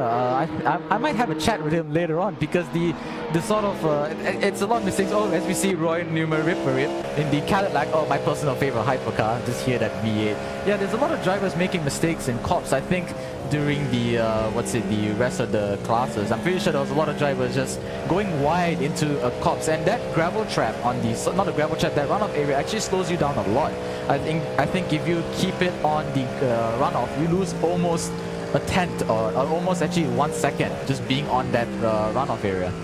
Indeed. So I think also one thing that maybe we didn't quite touch on enough in the pre-race segment here is that, you know, for the gold class, they don't have ABS enabled on their cars. So perhaps just trying to getting that touch on the brakes, you know, coming to comps might be a lot more trickier, I think, without the ABS being active, isn't it? Yeah, exactly. These cars, they are prone to lockups, especially the LMP2s. That's why this time around we actually have to enable the ABS for the LMP2s, because the amount of lockups the cars did on the turn-in was just crazy. It was way too much. But I think it's still manageable with the hypercars, because they have a lot more grip and they sort of have an easier, you know, throttle input. But in order for you to be able to not lock up as much, I feel like a proper pedal setup in terms of having the right brakes having that sort of exact feel of the amount of brake pressure you put really plays a part in terms of how you take those corners. Yeah, so let's go ahead and have a look a little bit with 1 minute 20 seconds remaining in this race. What is the LMP2 guys been up to lately? We're seeing Aryadi Vishnu currently on track P8. No, I think that's a little bit incorrect because of the timing glitch, but these two were battling out in the top 10 for the silver class early on and seems to be two of the closest cars. Of course, Dominic Foon is still the leader overall in this class here, but Aryadi is certainly doing whatever he can here, trying to net some points. We had a little bit of a moment there as he approaches this really tight, is it left-hander? Oh, a little slide as well. Yeah. Like I said, I think we were talking about it. These cars feel like they're on ice. Oh, it's usually overtake right there. I'm not sure who that was on. I'm not sure who that overtake was on, but he's been really. Oh my God! Oh boy! Yeah, he's losing it, losing a lot of speed, a lot of time. Another car now just coming around here, just behind him. I think there's Raja Shaukat and Justin Hong. Justin Hong actually managed to get through there. So I think there's Raja Mil Shaukat who lost a couple of positions there just before our very eyes. I'm not sure what's happening. I think he's low on fuel or something because he's just going pretty slow compared to the rest of the drivers. He's losing a lot of time, and I'm not sure what's happened. It's really quite. I have to talk to him after this. Not sure what happened there. A lot of things we're going to have to catch up with a lot of our drivers here, especially after this race. Back to our battle for the lead. We are now on the final lap, and we cannot take our eyes away from this. Nabil Aslan has been chasing our race leader, Rialto Ristofani, for the entirety of the latter half of this race number 1. But he has tried many opportunities, constantly getting himself a little bit wide, especially on this corner here. Let's have a look on board. This time it looks like it's getting nice and clean. Had to slow down a bit. I think the race is over. The race is over. The race is over. Ristofani has taken the win in race number 1 in a Lamborghini here for the gold class. Well done to this man. Held off the younger of the Aslan brothers there to take this victory here. So Nabil Aslan in 2nd place. Damara Hasnam in the Ferrari takes a respectable 3rd place. The final piece on the podium here for race number 1. Irfan Nur Hidayat will be the one taking 4th position. Dafa Nabiel takes 5th. Roy Numer Ripa still out on track here, takes a 6th place. Kanzani Ramdhani from Indonesia, winner of the silver class last season, takes 7th place in race number 1 for the gold class this time around. Mawa Kayu takes 8th place in the Peugeot. Michael Vincent Velasquez taking 9th place, and Ferdi Ramadan takes the 10th place, rounding up the top 10 for the gold class. But if Lamborghini couldn't do it in Le Mans, they sure did in this race. Congratulations to the winners. I think we didn't even mention the LMP2 class, the winners of the LMP2 class. I'm not sure that's the correct winning positions. Yeah, so again, we weren't able to get the actual finishing positions for our silver class this time around. We did see Dominic Foon being the leader of the silver class throughout most of the race here, so we have to wait until the official results are out before we can tell who exactly won for the silver class here. But fantastic racing, man. I mean, wow. Again, I was having my expectations very high, knowing the caliber of drivers we had here in the gold class. I don't think they have disappointed at all, my man. Definitely. I would have preferred to see a lot more, toe-to-toe action, but, it was pretty tense, the battle, the sort of not the late lunges, very careful maneuvers. It's more exciting to see actually compared to just blatant dive bombs and just the constant bumping each other off the track and stuff like that. Yeah, but they definitely delivered in terms of racecraft, in terms of having given us exciting racing. I think a lot of the newcomers who come into this sport, it's just something that they have to watch and see how the pros do it, so that they can learn something from how they've been racing. And who knows, they might, those newcomers who watch the pros like Rialto Rastafani and Nabil Aslan, they might learn a thing or two and become the top drivers. Indeed. I mean, now that Rialto has actually won the first race, so he's already fired off the first volley of shots here. Definitely. So we're going to be seeing in race number 2 later on how Nabil Aslan will try to respond to this. So I do believe due to the technical issues here, we may not be having our top 10 reverse grid for race number 2 here. We're going to have to wait for everyone to reconnect in so we can get started with that second race for sure. But that certainly means that it could be still the finishing order of that first race determining the starting order for race number 2 here. So we'll be waiting for everyone to connect in for race number 2. For any of the drivers from our gold silver class, this is your cue now to try to reconnect in the server so we can get the race number 2 started here. So now that we're going to be running up to our last race here, I mean, it's in spite of the technical issues, I think the racing has still been absolutely stellar here for our Global Edition 15 drivers. Yeah, definitely. I think a lot of these drivers, they've been waiting for months on end for the next edition of Global Edition. And for the first round, I can confidently say that it's been a really good race so far. Like you said, despite all the technical difficulties, the drivers, they never really complained that much. And instead of complaining, they decided, you know what, with the technical difficulties, let's give them all a hell of a show. A hell of a show they've shown us indeed. So we're still waiting for other drivers to continue to connect in. I do want to take this opportunity actually to let you guys know that GE15, this is the first round of our new season of the Global Edition. Our next round will be taking place 2 weeks from now. That's going to be on July the 19th. Yes, 19th. the 19th. The 19th. That's going to be 2 weeks from now. Also going to be on a Friday at 8 p.m. Plus 8 GMT. So make sure you guys join us in for that session as well. We'll be racing on a different track. Going to be the same set of drivers and the same set of cars. So it's going to still be an exciting GE15 for all of us here at ERGP. Definitely. I think there's a lot to win here. There's a lot at stake here with a lot of these drivers. Like I mentioned previously, this is, I think, has been one of the largest amount of participants we've had in Global Edition 15. I was looking at the entry list. We had almost up to 60 to 70 drivers registering, and on track we've had more than 40, which was something that wasn't possible in the previous G14, G13. I don't think we've had that many participants, and we've seen a lot of newcomers actually, you know, giving us impressive performances, I would say. You know, it's not the same old names that are, you know, giving us the wins, you know, giving us the championship wins, but we've seen a lot of new talent in this Global Edition, which is something that I really appreciate, because, you know, there's a lot with esports being a huge thing right now, especially with sim racing. It's fun to see, and it's nice to see just how much talent is coming up and, you know, making a name for themselves in motorsports. Yeah, so ladies and gentlemen, we're going to be waiting for everyone to reconnect in before we'll be starting race number 2 here. This is the final race of the day here between the gold and silver class here. So, I mean, for now, I think for this new bronze class here with the amount of entrants, do you being one of the competitors in bronze class, do you feel more pressure this season around because just how many people now are vying for the title here? Yeah, to say that I'm not pressured is another statement. There's a lot of pressure that I'm going through right now, because I do want to have my redemption at a potential championship, but there are a lot more drivers to worry about. You know, previously in the last round, I pretty much only had to worry about 1 or 2 drivers, one of them being my teammate Azib Shami Mokhtar. Shout out to you, my man. Yeah, but there's a lot more, I would say, skilled drivers in bronze. You know, we've had the likes of Raja Amirul Shawkat, Ian Wong, Iman Ryan. These are really impressive names that have you know, a lot of fantastic accolades. And yeah, to say the pressure is not there is, I would be lying, you know.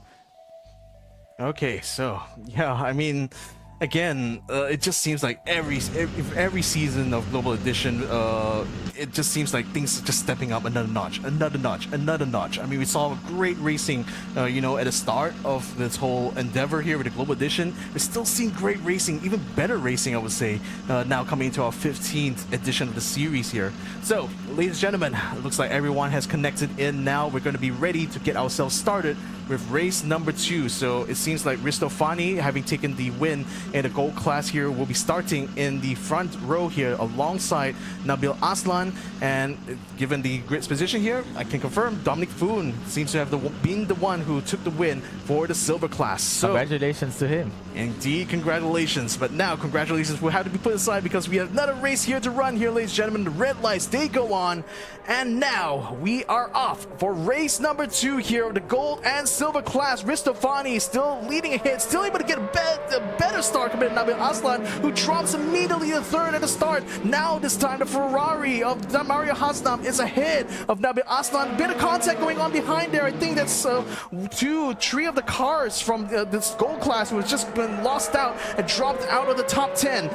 Mario Hasnam continues to stay ahead of Nabil Aslan. Ristofani now building a gap in the opening moments of this race here. You can see Hasnam weaving around, 3 cars just behind him, still trying to vie around for a possibility to getting on the podium. Nabil Aslan beats them to the chase though and takes back his position here from Hasnam. What a move from Nabil Aslan. I was not expecting that switch back between Nabil Aslan and Mario Hasnam right there. That is really something that you will see only on GT racing. But nevertheless, Nabil Aslan managed to secure his P2 once again. Not secure. He's still in threat by the Ferrari behind him, and also Russell, Nabil in the Acura. So that right now, I think Nabil Aslan is probably quaking in his boots right now. His P2 is not that safe. Oh, as we see, a dive from, was it a dive? I'm not too sure. I didn't really catch that, but I think it was the Acura of Dafa Nabil going side by side with Mario Hasnam as we approach this long straight here.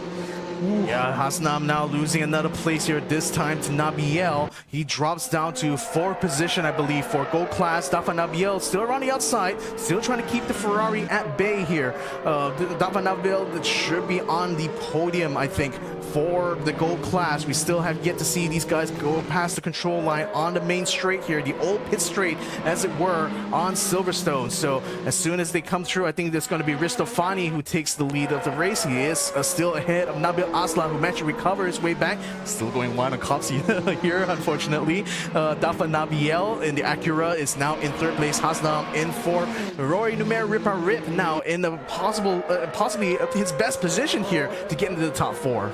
Well, yeah, that Toyota, man, there's something wrong with that Toyota. I'm not sure what it is. It can't take comps properly. You know, he's been going off like quite a bit. So there might be an issue in terms of the aerodynamic models. But nevertheless, as we see right now, Irfan Nur Hidayat in the Alpine.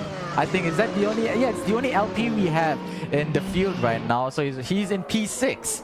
So yeah, the gap between the top 6, right, and the rest of the pack has sort of dialed down a bit. They've increased the gap, and yeah, we're still only early moments into race number 2 here. So at the moment we're on board with Irfan Nur Hidayat, who is trying to close the gap now to Roy Demary Rip. We see Nabil Aslan still holding about half a second. I mean, still looking like a repeat of what was happening in race number 1, where both of these drivers still they were close with each other throughout the entire race, but neither driver was able to get in front of the Nabil Aslan was not able to get in front of Rialto throughout race 1.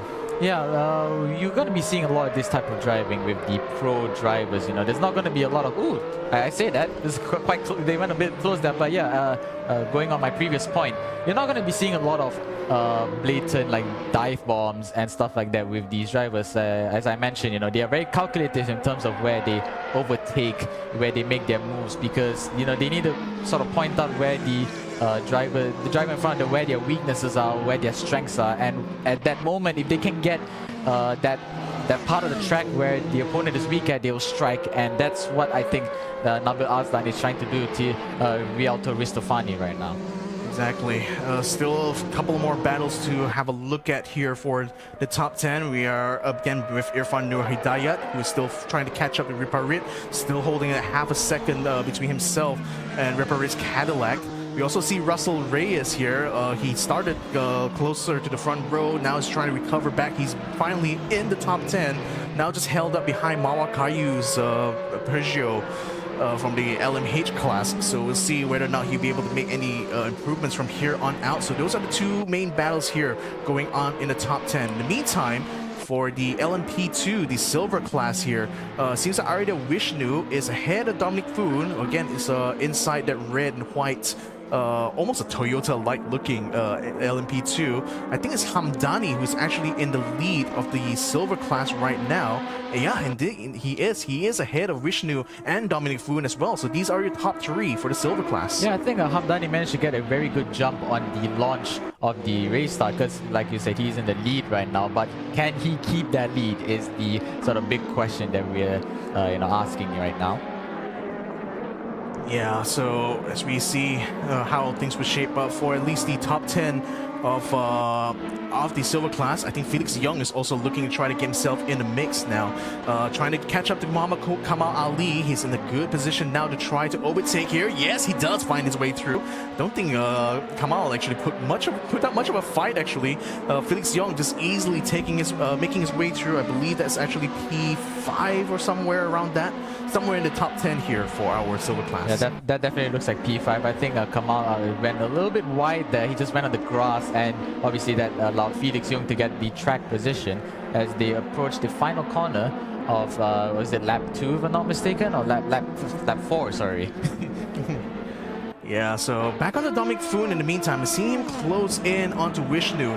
This could potentially be a P2, sorry. P2 inside the silver class here. Dominic Foon, who won race number 1 now, is trying to get himself back into the position that he once held, which is currently being held by Hamdani, but he still has Vishnu to try to in the way, as it were, in his quest to try to catch Hamdani. Yeah, Dominic Poon right now, all he needs to do is just keep it on the track. You know, try not to make any sort of erratic maneuvers, because you know if you wouldn't want your own race to be ruined, much less someone else's race. I mean, actually no, I say that. I would definitely like the person in front of me to race. Oh wait, hold on. Oh, Ristafani just lost his position here to Nabil Aslan. He's trying to get it back around the outside, bumping bumper to bumper with Nabil Aslan, but Nabil stays ahead here.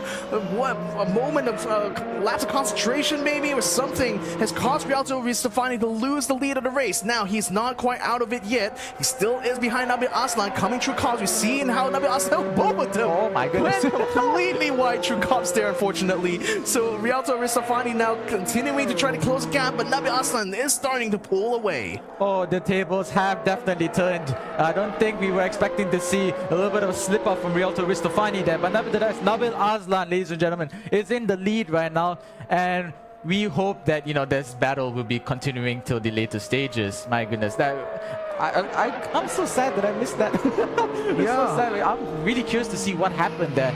Might have been a sort of slip up in terms of focus with Rialto Ristofani, or Nabil Aslan might have been close enough to make a late dive into the last corner, the second last corner.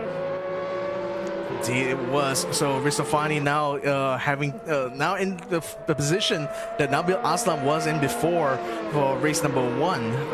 Now it's going to be up to him here to try to get the lead back from Nabil Aslan here, and he still has 7 more minutes. We're at the halfway point, or just past the halfway point now for race number 2. So this last chance for him to try to get that back, but if all goes as it were, it looks like Nabil Aslan might be actually be having the upper hand here. The gap is actually widening between these two drivers here. The pressure is on, ladies and gentlemen. The pressure is on as Rialto Ristofani tries to close in on Nabil Aslan in the Toyota. And we switch back over to the LMP2s right now. Dominic Poon trying to make a move on, was it Vishnu? Not mistaken, as they approach this fast right-hander, sorry. Yeah, right-hander immediately to a left-hander, but Dominic Poon kind of lost the gap though by the time they get through that chicane. Now coming into a slower section here, a very slow series of hairpins here, and then leading out to the exit at Village, where you just want to be able to get himself on the gas early on, just like Dominic Foon does on the back of Vishnu. So he's going to try to dodge around the side here. Can he actually find a way through around the outside of Vishnu's car? But he's got a bit of traffic in front here, and that's actually forced all of them to kind of concertina into each other here, especially Ahmad Jusmin, which I believe is another car just in front of them. It's kind of holding up the pack a bit, and that kind of put Dominic Foon in a bit of a cooler here. Yeah, I think the contention for P1 in the LMP2, in the silver class is up for grabs right now, because the was it Ahmad Jusmin in the Ferrari, if I'm not mistaken? Oh, sorry, in the Cadillac has Vishnu, okay, sorry, Vishnu was getting close to Hamdani. I thought he actually got past, but now he's actually open to attack here from Dominic Foon. So Dominic almost went side by side with him to get through Maggots and Beckett's, but had to back off a little bit, allowing Vishnu to retake his position in front of him. Well, that was a very brave move on Dominic Foon. I thought an incident was to happen there for sure, but nevertheless, he is closing in on Vishnu right now. Is that an LMP2 in the back as well? I'm not sure. Chester Lam right now. So the fight for P1 is up to Dominic Foon, Vishnu. Oh, we have have a little bit of, ooh, what a cool slide. What a save from Chester Lam as they approach the final two corners. Sorry, not the final two corners. I would say, is that a bus stop chicane? I'm not sure. Well, I'm not exactly sure. I'll probably have to get back to you on that, though. But Dominic Foon still continuing to try to fight his way. He's currently in P3, I believe, for the silver class. Now trying to get into P2. Just needs to get past Vishnu, but that's not looking likely from this turn onwards here. 4 minutes, 30 seconds still remaining. Pressure still at an all-time high here. Yeah, like I said, P1 is up for grabs right now. 4 drivers are sort of looking to aim for that race 2 win. This will greatly help them in the championship points, because for race 2, P1 gets about 15 points, P2 12, so on and so forth. So this will really help Dominic Poon in his fight for the championship, as he thought a move could have been made there, but that might have been a little bit of an incident if a move was to be made. I mean, Vishnu was literally braked very late there. He went so wide that I thought that Dominic Foon was going to be able to overtake him, but somehow managed to keep his car just ahead of Dominic's own. So P2 it is still for Vishnu as they come across the control line here. Hamdani still in the lead here for silver, as Dominic Foon and Chester Lam both chasing each other. Chester actually looking very tantalizingly close. Might actually be in a good position here to challenge Dominic Foon for his podium position. Oh, could this be the end here for Dominic, as Chester Lam just amps up the pressure through gets Beckett's and out through Chapel, but by the time to get there, that gap widened up to about half a second. Yeah, well, I thought it was going to be a close race. I'm not going to jinx it yet, because the commentator curse does exist. Ladies and gentlemen, it definitely does exist. But the gap has opened up quite a substantial amount. I say that as the Chester Lam has actually managed to overtake Dominic Poon, and right now is in P3 of the silver class. Dominic Poon just went a little bit wide, and as I was mentioning before, the runoffs in this track actually slows you down quite a substantial amount. So Chester Lam actually managed to get the jump on Dominic Poon that way. Yep. So now the 3 and 4 in the lead here. Rialto Ristofani still 3 seconds behind, already 3 seconds behind Nabil Aslan here, so certainly not going to be able to get a challenge for the lead anymore. Instead, it's going to have to be a defensive drive now for the next 2.5 minutes here, because Dafa Nabiel is half a second behind Ristofani. So whatever pace Ristofani had at the beginning, now that's looking like not a lot of pace here towards the end of the race. Yeah, Ristofani may have made a little bit of a mistake, because the gap has opened up. Because previously when we were looking at them, it was down to like, what's it, like 3 tenths, 4 tenths. But nevertheless, he's, as we see right now, fight between Russell Reyes and Kanzani Ramdani right now, as the Ferrari is in the sort of ahead right now. Yeah, still able to stay ahead here, but Ramdani now keeping himself ahead of Russell Reyes. Who else is also going to be on the line here as far as the championship is concerned? Again, Kanzani Ramdani is the returning champion for the silver class, now racing in the gold class, looking to try to impress himself amongst the very elite here of the Global Edition 15. Of those currently in the running in the silver class here, I mean, Dominic Foon just dropped down to 4th place. Chester Lam has actually beaten him to that 3rd position now. So at the moment, Hamdani and Vishnu have not changed the positions as far as the silver class is concerned, but things are certainly not looking good for Dominic here. Yeah, I think Dominic Poon would have definitely not been ideal. I don't think he would have liked that, because we actually managed to catch him going off the runoff, which slowed him quite a lot, and Chester Lam just managed to get that jump on him. But nevertheless, right now it's a little bit very close there between Russell Reyes and I think was it Faris Ashan there in both in the Icarus, as we see the van wall. Going on the inside of two Maggots and Beckett's right now. There's a lot of this is the close racing that I was talking about. It's really close right now. As you see, Rialto Ristofani. He just got overtaken by Dafa Nabil in the Acura, and Demario Hasnab seems not to be too far off there. This might be a battle in the late stages for P2. Yeah, and Nabil has already done it. Ristofani sits down in P3. Let's go back to the battle for top 10 here, as Velasquez was still side by side together with Ashan and Balagulan as well. Both of them vying themselves to try to get into that top 10 to at least get a good haul of points. Russell Reyes, in the meantime, he's caught up to Ramdani, who went a little bit wide. That could be the position taken away from Ramdani now, as Russell Reyes ends up just in front of him. 5 seconds still remaining on the countdown. Nabil Aslan still in the lead of this race. Where exactly is Damario Haslam here in terms of the standings here? He's actually caught up here to Ryoto Ristofani. Is Ristofani going to lose another position here? His line is not looking too good. Haslam goes over the curbing, but isn't able to get in front of the green Lamborghini. Yeah, Demario Haslam just was a little bit optimistic that actually cut the track. But nevertheless, I think that is it. Nabil Aslan is your race 2 winner, ladies and gentlemen, in the Toyota. And Defan Nabil takes a respectable P2. Oh, a little bit of an incident there.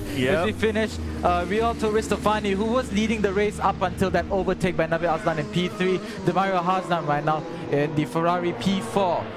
And right now, 5th place, we go to Ifan Nur Hidayat, P6, Roy Numer Ripperip, P7, Ferdi Ramadan, P8, Russell Reyes, and to round up the P9 and P10, Kanzani Ramdani, and lastly in 10th place, Faris Ashan. Whoa. I mean, there was so many battles happening there. It was really hard for us to actually keep up with everything that's been happening in this race here, but what an end here to the gold and silver class. I mean, we saw finally Ristofani and Nabil Aslan. Ristofani having won race number 1. Nabil Aslan this time around takes the win in race number 2 here. So it's certainly going to be a very interesting championship battle, I think, between these two drivers here. So that's going to be something to look out for here for Global Edition 15. In terms of the silver class, though, I do believe it was Hamdani who finished ahead here of Vishnu. We'll have to see from the official results later on whether that is the case, but I do believe that Dominic Foon didn't quite get himself on the podium. At least he lost that position quite close towards the end of the race, so not likely he's going to be in that top 3 here, I feel. Definitely, that was a critical error on Dominic Foon's part because once again, he obviously is vying for the championship positioning, having won in race 1. So although it's a little bit of a setback, I'm pretty sure he will definitely be up and running for round 2 of the Global Edition 15. Indeed. So, ladies and gentlemen, that is going to be the end of the gold and silver class, the last race that we have here for round 1, Silverstone. This has been an interesting first round here, one of the largest fields we've ever seen here in the eRacing GP for the Global Edition.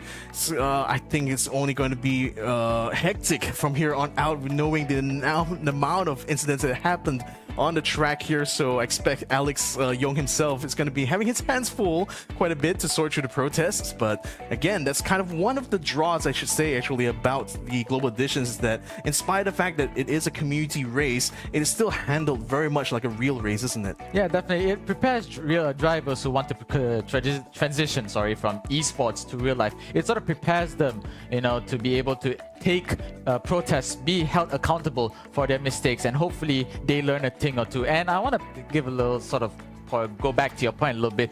I definitely ate my word when I said there was not going to be a lot of close racing, because in gold class, that was one of the most, nail-biting I've ever seen the racing got. It was really close, especially, there's a lot of sort of plot twists, when Nabil Aslan actually took the lead in race 2. We were sort of wondering like what happened, because we were just focusing on LMP2 and boom, just an overtake right there. Yeah, it's just so much ground to cover here in terms of the action, but the racing that we've managed to see anyway has just been nothing short of entertaining for us all here at the eRacing GP. So that is it, ladies and gentlemen. I think that should be the day just about done. Do we have anyone we're going to be coming in for interview here from our producer? Okay, so we'll likely be having Nabil Aslan to join us in for an interview, although, yeah, I think he can see us here. Nabil Aslan, how are you doing, my man? Congratulations on taking the win in race number 2. Tell us, how are you feeling here? Happy about race 2, but still not happy with the overall round, honestly, because I kept messing up the starts. I think I could have won both races, honestly, or have a clean weekend initially. Yeah, apologies. It seems like we aren't able to hear the audio coming from your side. I'm not exactly sure if that's an issue on our end or not. But yeah, it seems like we have another technical issue here with our interview. So yeah, apologies for that.